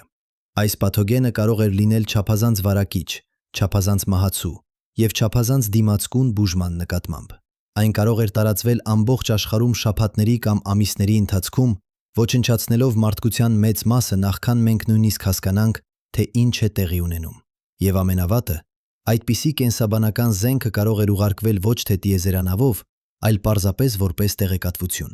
Պատկերացրեք, մենք ստանում ենք հաղորդագրություն արտաերկրային քաղաքակրթությունից։ Հաղորդագրությունը պարունակում է վեր, գենետիկական տեղեկատվություն, որը ըստ նրանց կօգնի մեզ բուժել հիվանդությունները, երկարացնել կյանքը, բարելավել մեր կենսաբանությունը։ Մենք, ոգևորված եւ երախտապարտ, սկսում ենք օգտագործել այդ տեղեկատվությունը, բայց չափազանց ուշ է, երբ մենք հասկանում ենք, որ այդ նվերը իրականում թրոյական ձին է, գենետիկական ժամացույց ռումբ, որը ծրագրավորված է ակտիվանալ որոշակի ժամանակից հետո, ոչնչացնելով մեզ ներսից։ Չորրորդ սցենարը՝ Տեղեկատվական պատերազմը։ Սա ավելի նրբագեղ է, բայց ոչ պակաս վտանգավոր։ Առաջադեմ քաղաքակրթությունը կարող էր ուղարկել հաղորդագրություններ, որոնք նախագծված են ստեղծելու խառնաշփոթ, անվստահություն, բաժանում մեր հասարակության մեջ։ Նրանք կարող էին շահարկել մեր վախերը, մեր նախնախապաշարմունքները, մեր թուլությունները։ Նրանք կարող էին ստեղծել կեղծ տեղեկատվություն, որը կստիպեր մեզ կռվել միմյանց դեմ, ինքնաոչնչացվել առանց նրանց անմիջական միջամտության։ Սա կարող է հնչել անհավանական, բայց մտածեք, թե ինչ տեղի է ունենում երկրի վրա հենց հիմա։ Սոցիալական ցանցերը, կեղծ լուրերը, դիզինֆորմացիան, բոլորը օգտագործվում են բաժանելու հասարակությունները, թուլացնելու ժողովրդավարությունները, ստեղծելու քաոս։ Եվ սա արվում է մարդկանց կողմից, ովքեր ունեն սահմանափակ ռեսուրսներ և սահմանափակ հասկացողություն։ Պատկերացրեք, թե ինչ կարող էր անել քաղաքակրթություն, որը միլիոն տարի առաջ է մեզանից, որն ունի խորը հասկացողություն հոգեբանության, սոցիոլոգիայի, տեղեկատվական տեսության։ Բայց գուցե ամենասարսափելի սցենարը ոչ թե ֆիզիկական ոչնչացումն է, այլ մշակութային ասիմիլյացիան։ Պատկերացրեք, մենք ստանում ենք հաղորդագրություն արտաերկրային քաղաքակրթությունից, որը պարունակում է նրանց ամբողջ գիտելիքը, նրանց ամբողջ պատմությունը, նրանց ամբողջ մշակույթը։ Մենք, հիացած և ոգևորված, սկսում ենք ուսումնասիրել այն։ Մենք սկսում ենք ընդունել նրանց տեխնոլոգիաները, նրանց գաղափարները, նրանց արժեքները։ Դանդաղ, անգիտակցաբար, մենք սկսում ենք դառնալ նրանց նման։ Մեր սեփական մշակույթը, մեր սեփական ինքնությունը, մեր սեփական եզակիությունը սկսում են անհետանալ։ Եվ վերջում մենք դառնում ենք պարզապես նրանց պատճենը, կորցնելով այն ամենը, ինչը մեզ դարձնում էր մարդ։ Սա կոչվում է մշակութային ոչնչացում, և այն կարող է լինել ավելի արդյունավետ, քան ցանկացած ֆիզիկական զենք։ Քանի որ երբ դուք ոչնչացնում եք քաղաքակրթության մարմինը, դուք ստեղծում եք նահատակներ, հերոսներ, պատմություններ, որոնք կարող են ոգեշնչել ապագա սերունդներին։ Բայց երբ դուք ոչնչացնում եք քաղաքակրթության հոգին, դուք չեք թողնում ոչինչ։ Ոչ հիշողություն, ոչ ժառանգություն, ոչ հույս։ Այժմ ես գիտեմ, որ այս բոլոր սցենարները հնչում են ինչպես գիտական ֆանտաստիկա, և գուցե դրանք են, բայց ահա իրականությունը։ Մենք չգիտենք։ Մենք չենք կարող իմանալ, քանի որ մենք երբեք չենք հանդիպել արտաերկրային քաղաքակրթության։ Մենք չգիտենք նրանց կարողությունները, նրանց մտադրությունները, նրանց մեթոդները։ Մենք կույր ենք, խուլ ենք, անգիտակից ենք։ Եվ այս անգիտությունը, այս անորոշությունը ստիպում է մեզ պատրաստվել ամենավատին։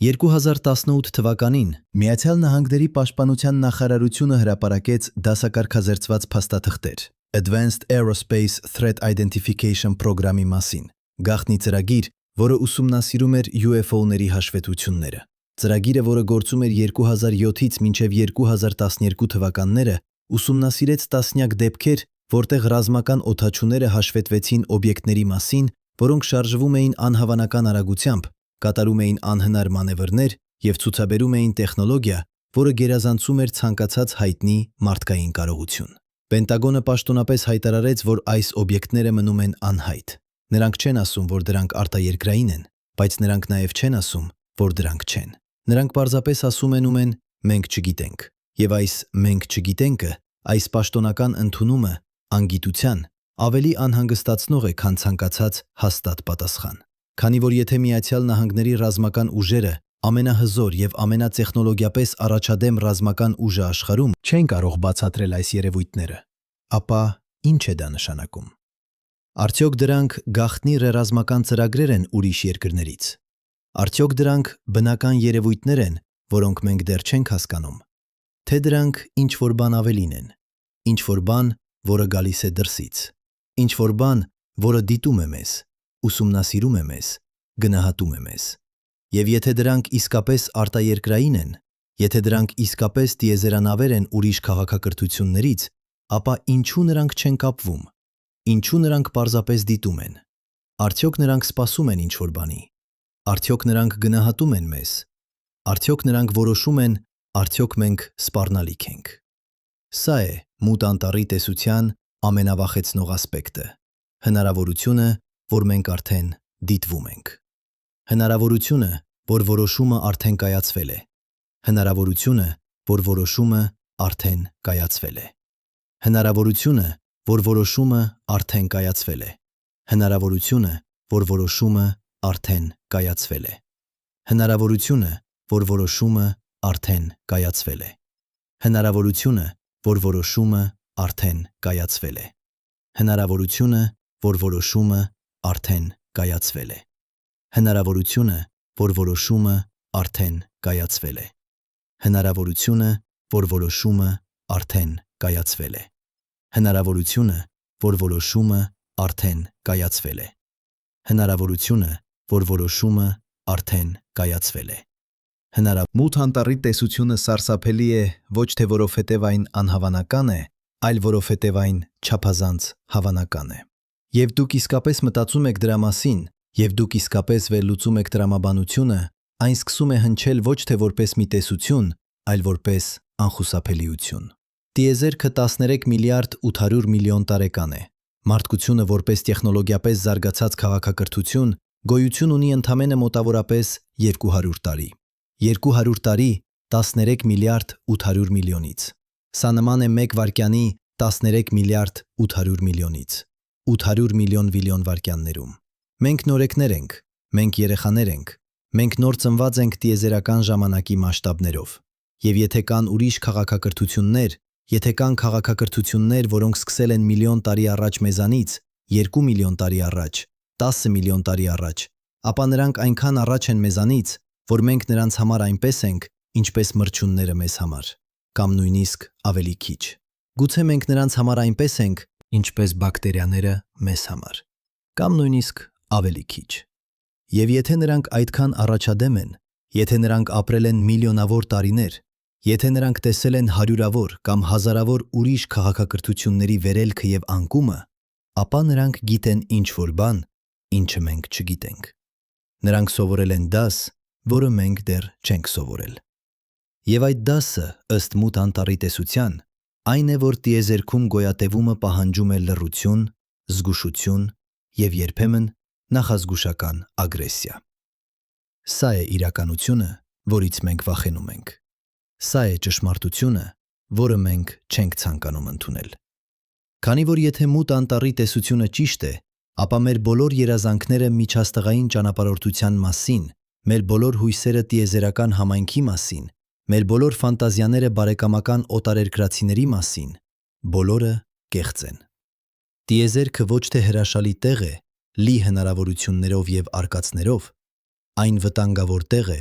լի թաքնված սպառնալիքներով եւ անտեսանելի թշնամիներով։ Եվ մենք, մարդկությունը, մեր անմտությամբ, մեր օպտիմիզմով, մեր ամփորձությամբ արձակել ենք ազդանշաններ այս մութ անտառ։ Մենք ճչել ենք, մենք այստեղ ենք խավարում, եւ հիմա մենք սպասում ենք տեսնելու, թե ով կպատասխանի՝ բարեկամ, թե թշնամի, փրկիչ, թե ոչնչացնող։ Պատասխանը ցավոք մենք դեռ չգիտենք։ Բայց ամեն օր, որ անցնում է լռության մեջ, ամեն տարի, որ մենք չենք ստանում պատասխան, Մութ անտառի տեսությունը դառնում է ավելի հավանական։ Քանի որ եթե տիեզերքը իսկապես լի էր բարեկամական քաղաքակրթություններով, եթե աստղերը իսկապես լի էին բարեհաճ էակներով, ովքեր սպասում են ողջունելու մեզ, ապա ինչու նրանք դեռ չեն արել դա։ Ինչու լռությունը շարունակվում է։ Ինչու մենք դեռ միայնակ ենք։ Գուցե պատասխանը պարզ է։ Գուցե նրանք լռում են, քանի որ լռությունը միակ ճանապարհն է գոյատևելու։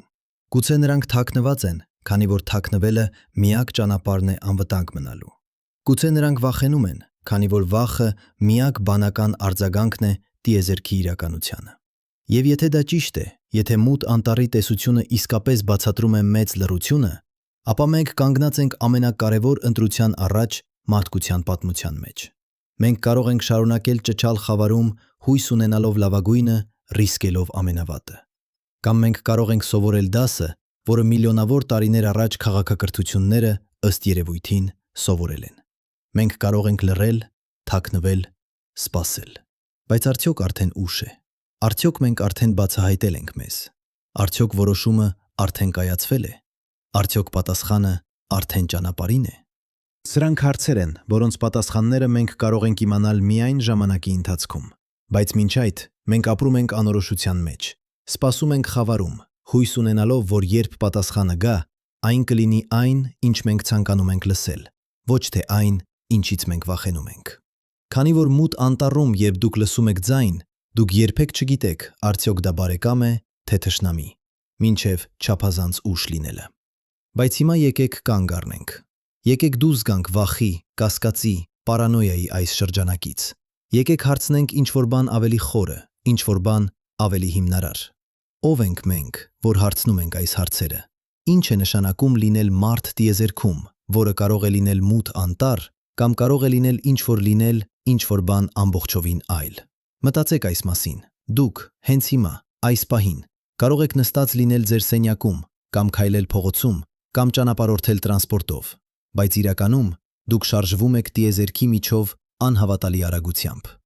Երկիրը պտտվում է իր առանցքի շուրջ 1600 կմ/ժ-ում։ Երկիրը պտտվում է արեգակի շուրջ 107,000 կմ/ժ-ում։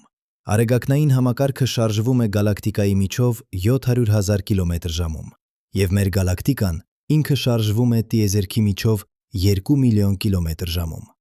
Յուրաքանչյուր վայրկյան դուք անցնում եք տիեզերական տարածության նոր հատված, որտեղ երբեք չեք վերադառնա։ Յուրաքանչյուր շունչ, որը դուք վերցնում եք, պարունակում է թթվածին, որը ստեղծվել է աստղերի ներսում միլիարդավոր տարիներ առաջ։ Յուրաքանչյուր ատոմ ձեր մարմնում, ածխածինը ձեր մկաններում, կալցիումը ձեր ոսկորներում, երկաթը ձեր արյունում ստեղծվել է սուպերնովաների պայթյուններում։ Դուք բառացիորեն կազմված եք աստղին-ստղային փոշուց։ Դուք տիեզերքի մի մասն եք, որը դարձել է գիտակից, որը սկսել է մտածել իր սեփական գոյության մասին։ Եվ սա, գուցե, ամենահիանալի խորհուրդն է։ Ոչ թե արդյոք կան օտարերկրացիներ, ոչ թե արդյոք տիեզերքը մութ անտառ է, այլ այն, որ տիեզերքը, այս անսահման տարածությունը, որը գոյություն ունեցել է 13 միլիարդ 800 միլիոն տարի, ստեղծել է ինչ-որ բան, որը կարող է հարցնել այս հարցերը։ Ստեղծել է ձեզ, ստեղծել է մեզ։ Փիլիսոփաները հազարամյակներ շարունակ մտածել են գիտակցության խորհրդի մասին։ Ինչ է գիտակցությունը։ Ինչպես անգիտակից նյութը, ատոմները, մոլեկուլները կարող է ստեղծել սուբյեկտիվ փորձառություն, զգացողություն, գիտակցություն։ Սա կոչվում է գիտակցության դժվար խնդիր, և այն մնում է մեկը ամենախորը խորհուրդներից գիտության մեջ։ Նեյրոգիտնականները կարող են ցույց տալ, թե ինչպես են նեյրոնները կրակում, երբ դուք մտածում եք։ Նրանք կարող են քարտեզագրել ուղեղի տարածքները, որոնք ակտիվանում են, երբ դուք տեսնում եք կարմիր գույն, կամ լսում եք երաժշտություն, կամ զգում եք ցավ։ Բայց նրանք չեն կարող բացատրել, թե ինչու այդ նեյրոնային ակտիվությունը զգացվում է որպես ինչ-որ բան։ Ինչու կարմիրը ունի այդ որակը, այդ կարմրությունը։ Ինչու երաժշտությունը ստեղծում է էմոցիա, ինչու ցավը ցավում է։ Ոմանք հավատում են, որ գիտակցությունը հիմնարար է, ինչպես տարածությունը, ժամանակը, էներգիան։ Ըստ այս տեսության, որը կոչվում է պանսիխիզմ, գիտակցությունը գոյություն ունի ամենուրեք, նույնիսկ ամենափոքր մասնիկներում։ Ատոմները, էլեկտրոնները, քվարկները բոլորն ունեն գիտակցության որոշակի ձև, որքան էլ պրիմիտիվ։ Եվ երբ այդ մասնիկները կազմակերպվում են բարդ համակարգերի մեջ, ուղեղներ, օրգանիզմներ, գուցե նույնիսկ հասարակություններ, գիտակցությունը դառնում է ավելի բարդ, ավելի հարուստ, ավելի խորը։ Ուրիշները հավատում են, որ գիտակցությունը առաջանում է բարդությունից։ Երբ համակարգը դառնում է բավականաչափ բարդ, երբ այն սկսում է մշակել տեղեկատվություն բավականաչափ նրբագեղ ձևերով, գիտակցությունը առաջանում է որպես նոր հատկություն։ Ինչպես ջուրը, որը կազմված է ջրածնից և թթվածնից, ունի հատկություններ, թրություն, հեղուկություն, որոնք չեն գոյություն ունենում անհատական ատոմներում, ոչ միայն ջրածնի և թթվածնի միջև, այլ նաև ջրածնի և թթվածնի միջև, այլ նաև ջրածնի և թթվածնի միջև, այլ նաև ջրածնի և թթվածնի միջև, թթվածնի միջև, այլ նաև ջրածնի և թթվածնի միջև, այլ նաև ջրածնի և թթվածնի միջև, այլ նաև ջրածնի և թթվածնի միջև, այլ նաև ջրածնի և թթվածնի միջև, այլ նաև ջրածնի և թթվածնի միջև, այլ նաև ջրածնի և թթվածնի միջև, այլ նաև ջրածնի և թթվածնի միջև, այլ նաև ջրածնի և թթվածնի և թթվածնի միջև, այլ նաև ջրածնի և թթվածնի միջև, այլ նաև ջրածնի և թթվածնի միջև, այլ նաև ջրածնի և թթվածնի միջև, այլ նաև ջրածնի և թթվածնի միջև, այլ նաև ջրածնի և թթվածնի միջև, այլ նաև որը տեղի է ունենում յուրաքանչյուր վայրկյան, յուրաքանչյուր օր, ձեր գլխի ներսում։ Այժմ պատկերացրեք, որ այս հրաշքը, այս գիտակցությունը գոյություն ունի ոչ միայն ձեր մեջ, այլև միլիարդավոր ուրիշ մարդկանց մեջ։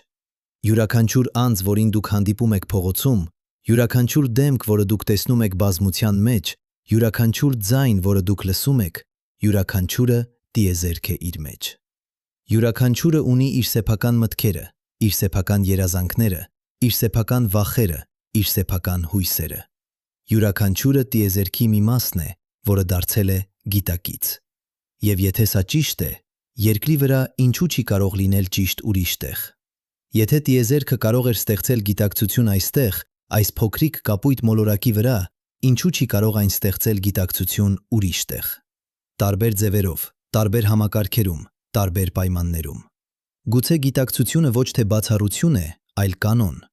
Գուցե տիեզերքը լի է գիտակցությամբ, լի է էակներով, ովքեր մտածում են, զգում են, հարցնում են նույն հարցերը, որոնք մենք հարցնում ենք։ Բայց ահա պարադոքսը։ Եթե տիեզերքը իսկապես լի է գիտակցությամբ, եթե աստղերը իսկապես լի են բանական էակներով,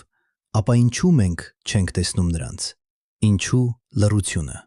Եվ սա մեզ վերադարձնում է մութ անտառի տեսությանը։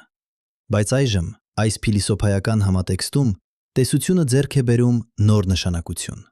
Գուցե մութ անտառի տեսությունը ոչ թե տիեզերքի մասին է, այլ մեր մասին։ Գուցե այն ոչ թե բացատրում է, թե ինչու օտարերկրացիները լռում են, այլ բացատրում է, թե ինչու մենք վախենում ենք։ Գուցե մութ անտառը ոչ թե դրսում է, այլ ներսում, մեր սեփական հոգու մեջ։ Մարդկությունը ամբողջ իր պատմության ընթացքում ապրել է վախի մեջ։ Վախ անծանոթից, վախ տարբերից, վախ ուրիշից։ Մենք կառուցել ենք պարիսպներ, ստեղծել ենք սահմաններ, մշակել ենք զենք։ Մենք բաժանվել ենք ցեղերի, ազգերի, կրոնների։ Մենք կռվել ենք անհամար պատերազմներ, յուրաքանչյուրը հավատալով, որ մենք պաշտպանում ենք մեզ, մեր ընտանիքները, մեր ապագան։ Բայց ինչ, եթե այս վախը, այս կասկածը, այս պարանոյան ինքը խնդիրն է։ Ինչ, եթե մութ անտառի տեսությունը ճիշտ է, ոչ թե որովհետև տիեզերքը վտանգավոր է, այլ որովհետև մենք դարձնում ենք այն վտանգավոր։ Մեր սեփական վախով, մեր սեփական կասկածով, մեր սեփական պատրաստակամությամբ կրակելու առաջին։ Սա ինքնագոյացող մարգարեություն է։ Եթե բոլոր քաղաքակրթությունները հավատում են, որ տիեզերքը մութ անտառ է, եթե բոլորը վախենում են միմյանցից, եթե բոլորը պատրաստ են ոչնչացնել ուրիշներին նախքան ինքնաոչնչացվելը, ապա տիեզերքը դառնում է մութ անտառ։ Ոչ թե որովհետև այն պետք է լիներ այդպիսին, այլ որովհետև մենք դարձրինք այն այդպիսին։ Բայց ինչ, եթե կա այլ ընտրանք։ Ինչ, եթե մենք կարող ենք ընտրել այլ ճանապարհ։ Ինչ, եթե փոխանակ վախենալու անծանոթից մենք կարող ենք ընդունել այն։ Փոխանակ կասկածելու տարբերից մարդկությունը չնայած բոլոր իր թերություններին, չնայած բոլոր իր պատերազմներին եւ հակամարտություններին, գոյատևել է։ Մենք չենք ինքնաոչնչացվել։ Մենք չենք օգտագործել մեր միջուկային զենքը։ Մենք չենք ոչնչացրել մեր մոլորակը։ Դեռ։ Եվ ավելին, մենք սկսել ենք սովորել։ Դանդաղ, ցավոտ, բայց մենք սկսել ենք սովորել, որ համագործակցությունը ավելի արդյունավետ է, քան մրցակցությունը, որ խաղաղությունը ավելի շահավետ է, քան պատերազմը, որ միասնությունը ավելի ուժեղ է, քան բաժանումը։ Վերջին 200 տարիների ընթացքում, չնայած երկու համաշխարհային պատերազմների, չնայած անհամար տեղական հակամարտությունների, մարդկությունը ստեղծել է ինչ-որ բան նոր՝ համաշխարհային համայնք։ Մենք ունենք միավորված ազգերի կազմակերպություն, թերի, բայց գոյություն ունեցող։ Մենք ունենք միջազգային օրենք, անկատար, բայց զարգացող։ Մենք ունենք համաշխարհային տնտեսություն, անհավասար, բայց փոխկապակցված։ Մենք ունենք համաշխարհային մշակույթ, բազմազան, բայց ընդհանուր։ Եվ ամենակարևորը, մենք սկսել ենք մտածել մեզ որպես մեկ տեսակի։ Ոչ թե ամերիկացիներ կամ չինացիներ, ոչ թե քրիստոնյաներ կամ մուսուլմաններ, ոչ թե սպիտակամորթներ կամ սևամորթներ, այլ մարդիկ, երկրացիներ։ Այս փոքրիկ կապույտ մոլորակի բնակիչներ, որը լողում է տիեզերական օվկիանոսի մեջ, սա առաջընթաց է։ Դանդաղ, անբավարար, բայց առաջընթաց։ Եվ եթե մենք կարող ենք սովորել համագործակցել միմյանց հետ, եթե մենք կարող ենք հաղթահարել մեր ցեղային, ազգային, կրոնական բաժանումները, ապա գուցե, ուղղակի գուցե, մենք կարող ենք սովորել համագործակցել նաև ուրիշների հետ, ուրիշ քաղաքակրթությունների հետ, ուրիշ բանական էակների հետ։ Բայց սա պահանջում է ինչ-որ բան հիմնարար՝ վստահություն։ Եվ վստահությունը, ինչպես մենք բոլորս գիտենք, դժվար է։ Հատկապես, երբ խոսքը վերաբերում է անծանոթին, հատկապես, երբ խոսքը վերաբերում է այն բանին, ինչը կարող է լինել վտանգավոր։ Բայց ահա իրականությունը։ Մենք չունենք ընտրություն։ Մենք արդեն ուղարկել ենք մեր ազդանշանները։ Մենք արդեն հայտարարել ենք մեր գոյությունը։ Մենք արդեն խաղում ենք խաղը։ Միակ հարցը այն է, ինչպես մենք կկատարենք մեր հաջորդ քայլը։ Մենք կարող ենք ընտրել վախը։ Մենք կարող ենք ընտրել կասկածը։ Մենք կարող ենք ընտրել լռել, թաքնվել, հույս ունենալ, որ մենք չենք նկատվել։ Սա անվտանգ ընտրությունն է, զգույշ ընտրություն է, բայց սա նաև ընտրությունն է, որը դատապարտում է մեզ մշտական վախի, մշտական անորոշության, մշտական մեկուսացման։ Կամ մենք կարող ենք ընտրել հույսը, մենք կարող ենք ընտրել վստահությունը, մենք կարող ենք ընտրել հավատալ, որ տիեզերքը, որը ստեղծեց մեզ, որը ստեղծեց գիտակցություն, որը ստեղծեց կյանք, կարող է նաև ստեղծել ուրիշ էակներ, ովքեր ինչպես մենք փնտրում են իմաստ, փնտրում են կապ, փնտրում են հասկանալ իրենց տեղը այս անսահման տիեզերքում։ Սա ռիսկային ընտրություն է, սա վտանգավոր ընտրություն է, բայց սա նաև միակ ընտրությունն է, որը տալիս է մեզ հնարավորություն ոչ միայն գոյատևելու, այլև ծաղկելու, ոչ միայն թաքնվելու մութ անտառում, այլև դուրս գալու լույս, հանդիպելու ուրիշներին, կառուցելու ինչ-որ բան նոր, ինչ-որ բան գեղբոր բան, գեղեցիկ, ինչ-որ բան, որը արժանի է այս հրաշալի տիեզերքին։ Բայց եկեք լինենք ազնիվ մի վերջին անգամ։ Մենք չգիտենք, մենք չենք կարող իմանալ։ Տիեզերքը պահում է իր գաղտնիքները։ Գուցե տիեզերքը իսկապես մութ անտառ է, լի թաքնված որսորդներով, յուրաքանչյուրը սպասում է իր հնարավորությանը։ Գուցե մեր ազդանշանները արդեն ընդունվել են, արդեն վերլուծվել են և որոշումը արդեն կայացվել է։ Գուցե պատասխանը արդեն ճանապարհին է, անտեսանելի, անկանգնելի, անխուսափելի։ Կամ գուցե տիեզերքը դատարկ է, գուցե մենք իսկապես միայնակ ենք, գուցե կյանքը, գիտակցությունը, բանականությունը այնքան հազվադեպ են, այնքան անհավանական են, որ մենք միակ օրինակն ենք 13 միլիարդ 800 միլիոն տարիների պատմության մեջ։ Միակ աչքերը, որոնք երբևէ տեսել են աստղերը։ Միակ միտքը, որը երբևէ հարցրել է ինչու։ Կամ գուցե տիեզերքը լի է կյանքով, բայց այդ կյանքը այնքան տարբեր է մեզանից, այնքան օտար է, որ մենք երբեք չենք ճանաչի միմյանց։ Գուցե նրանք հաղորդակցվում են ձևերով, որոնք մենք չենք կարող հասկանալ։ Գուցե նրանք գոյություն ունեն չափերում, որոնք մենք չենք կարող ընկալել։ Գուցե նրանք մտածում են մասշտաբներով, միլիոնավոր տարիներ, միլիարդավոր տարիներ, որոնք դարձնում են մեր ամբողջ քաղաքակրթությունը մի պահ, մի թարթում։ Կամ գուցե, ուղղակի գուցե, տիեզերքը լի է քաղաքակրթություններով, որոնք, ինչպես մենք, փնտրում են, հարցնում են, հույս ունեն։ Քաղաքակրթություններ, որոնք նույնպես վախենում են, նույնպես կասկածում են, բայց որոնք նույնպես երազում են օր մի գալու, երբ նրանք կհանդիպեն ուրիշներին, երբ նրանք կիմանան, որ նրանք ոչ միայնակ են։ Մենք չգիտենք, թե որ սցենարն է ճիշտ, և գուցե մենք երբեք չիմանանք, բայց ահա բանը, անորոշությունը, անգիտությունը, խորհուրդը, սրանք ոչ թե թուլություններ են, այլ ուժեր։ Քանի որ հենց անորոշությունն է, որը ստիպում է մեզ փնտրել, հենց անգիտությունն է, որը ստիպում է մեզ հարցնել, հենց խորհուրդն է, որը ստիպում է մեզ հիանալ։ Եվ հիանալը, այս կարողությունը, նայել աստղերին և զգալ ինչ-որ բան, ակնածանք, հետաքրքրություն, երևակայություն, սա է այն, ինչը դարձնում է մեզ մարդ։ Մենք տեսակ ենք, որը հարցնում է հարցեր, տեսակ, որը փնտրում է պատասխաններ, տեսակ, որը երազում է այն մասին, ինչը կարող է լինել, ոչ թե միայն այն մասին, ինչը կա։ Եվ այս հատկությունը, այս անսահման հետաքրքրությունը, այս անդադար փնտրտուքը, սա է մեր ամենամեծ ուժը։ Քանի որ նույնիսկ եթե մութ անտառի տեսությունը ճիշտ է, նույնիսկ եթե տիեզերքը վտանգավոր է, նույնիսկ եթե մեր ազդանշանները մեզ դատապարտել են, մենք դեռ ունենք ինչ-որ բան, որը ոչ ոք չի կարող վերցնել մեզանից։ Այս պահը, այս հիման, այս փորձառությունը գոյություն ունենալու, մտածելու, զգալու, հիանալու։ Յուրաքանչյուր մարկյան, որը դուք ապրում եք, յուրաքանչյուր շունչ, որը դուք վերցնում եք, յուրաքանչյուր մտք, որը դուք մտածում եք, սա հրաշք է։ Հրաշք, որը տեղի է ունենում հենց հիմա, ձեր գլխի ներսում, ձեր սրտի ներսում։ Եվ այս հրաշքը, այս գիտակցությունը, այս կյանքը, սա արժեք ունի, սա իմաստ ունի։ Անկախ նրանից, թե ինչ է սպասում մեզ տիեզերքում, գուցե մարդկության ամենամեծ դասը, որը մենք կարող ենք սովորել, մութ անտառի տեսությունից, ոչ թե այն է, թե ինչպես վարվել արտաերկրայինների հետ, այլ այն է, թե ինչպես վարվել միմյանց հետ։ Ինչպես գնահատել այս պահը, ինչպես գնահատել այս կյանքը, ինչպես գնահատել միմյանց։ Քանի որ եթե մենք իսկապես միայնակ ենք տիեզերքում, ապա միմյանց ունենալը դառնում է ավելի արժեքավոր։ Եթե մենք միակ գիտակցությունն ենք այս անսահման տարածության մեջ, ապա յուրաքանչյուր կյանք, յուրաքանչյուր միտք, յուրաքանչյուր երազ դառնում է անգնահատելի։ Եվ եթե մենք ոչ միայնակ ենք, եթե այնտեղ ուրիշներ կան, ապա այն, թե ինչպես մենք վարվում ենք հիմա, այն, թե ինչպես մենք վերաբերվում ենք միմյանց, այն, թե ինչպես մենք պահպանում ենք մեր մոլորակը, սա կլինի մեր ներկայացումը։ Սա կլինի մեր հաղորդագրությունը տիեզերքին։ Ոչ թե ռադիոազդանշաններ, ոչ թե ոսկե սկավառակներ, այլ մեր գործողությունները, մեր ընտրությունները, մեր արժեքները։ Եվ այսպես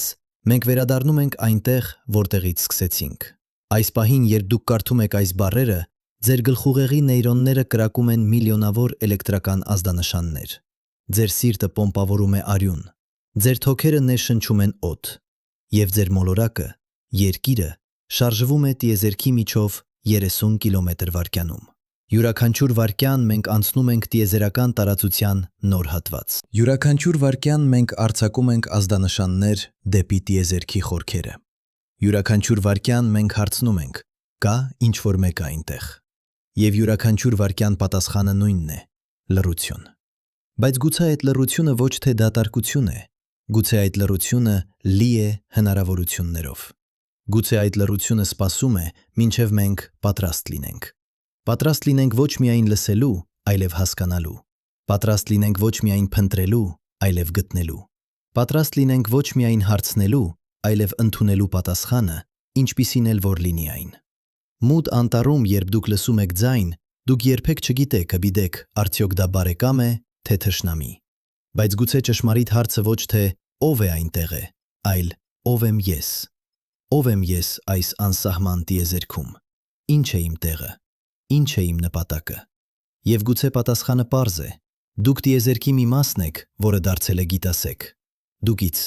Դուք աստղերի փոշին, որը սկսել է մտածել։ Դուք 13 միլիարդ 800 միլիոն տարիների էվոլյուցիայի արդյունքը։ Դուք հրաշք եք։ Եթե դուք հրաշք եք, ապա գուցե, ուղղակի գուցե, տիեզերքը լի է հրաշքներով։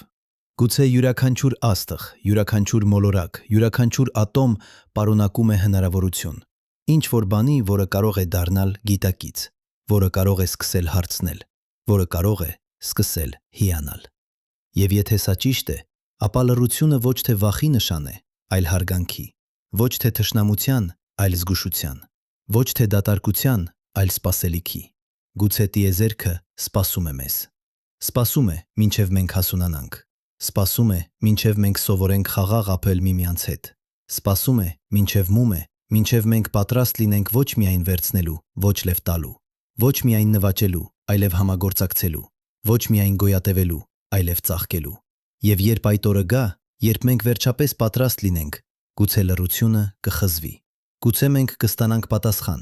ոչ թե ռադիոազդանշանի տեսքով, ոչ թե հաղորդագրության, այլ ինչ-որ բանի ավելի խորը, ինչ-որ բանի ավելի իմաստալից։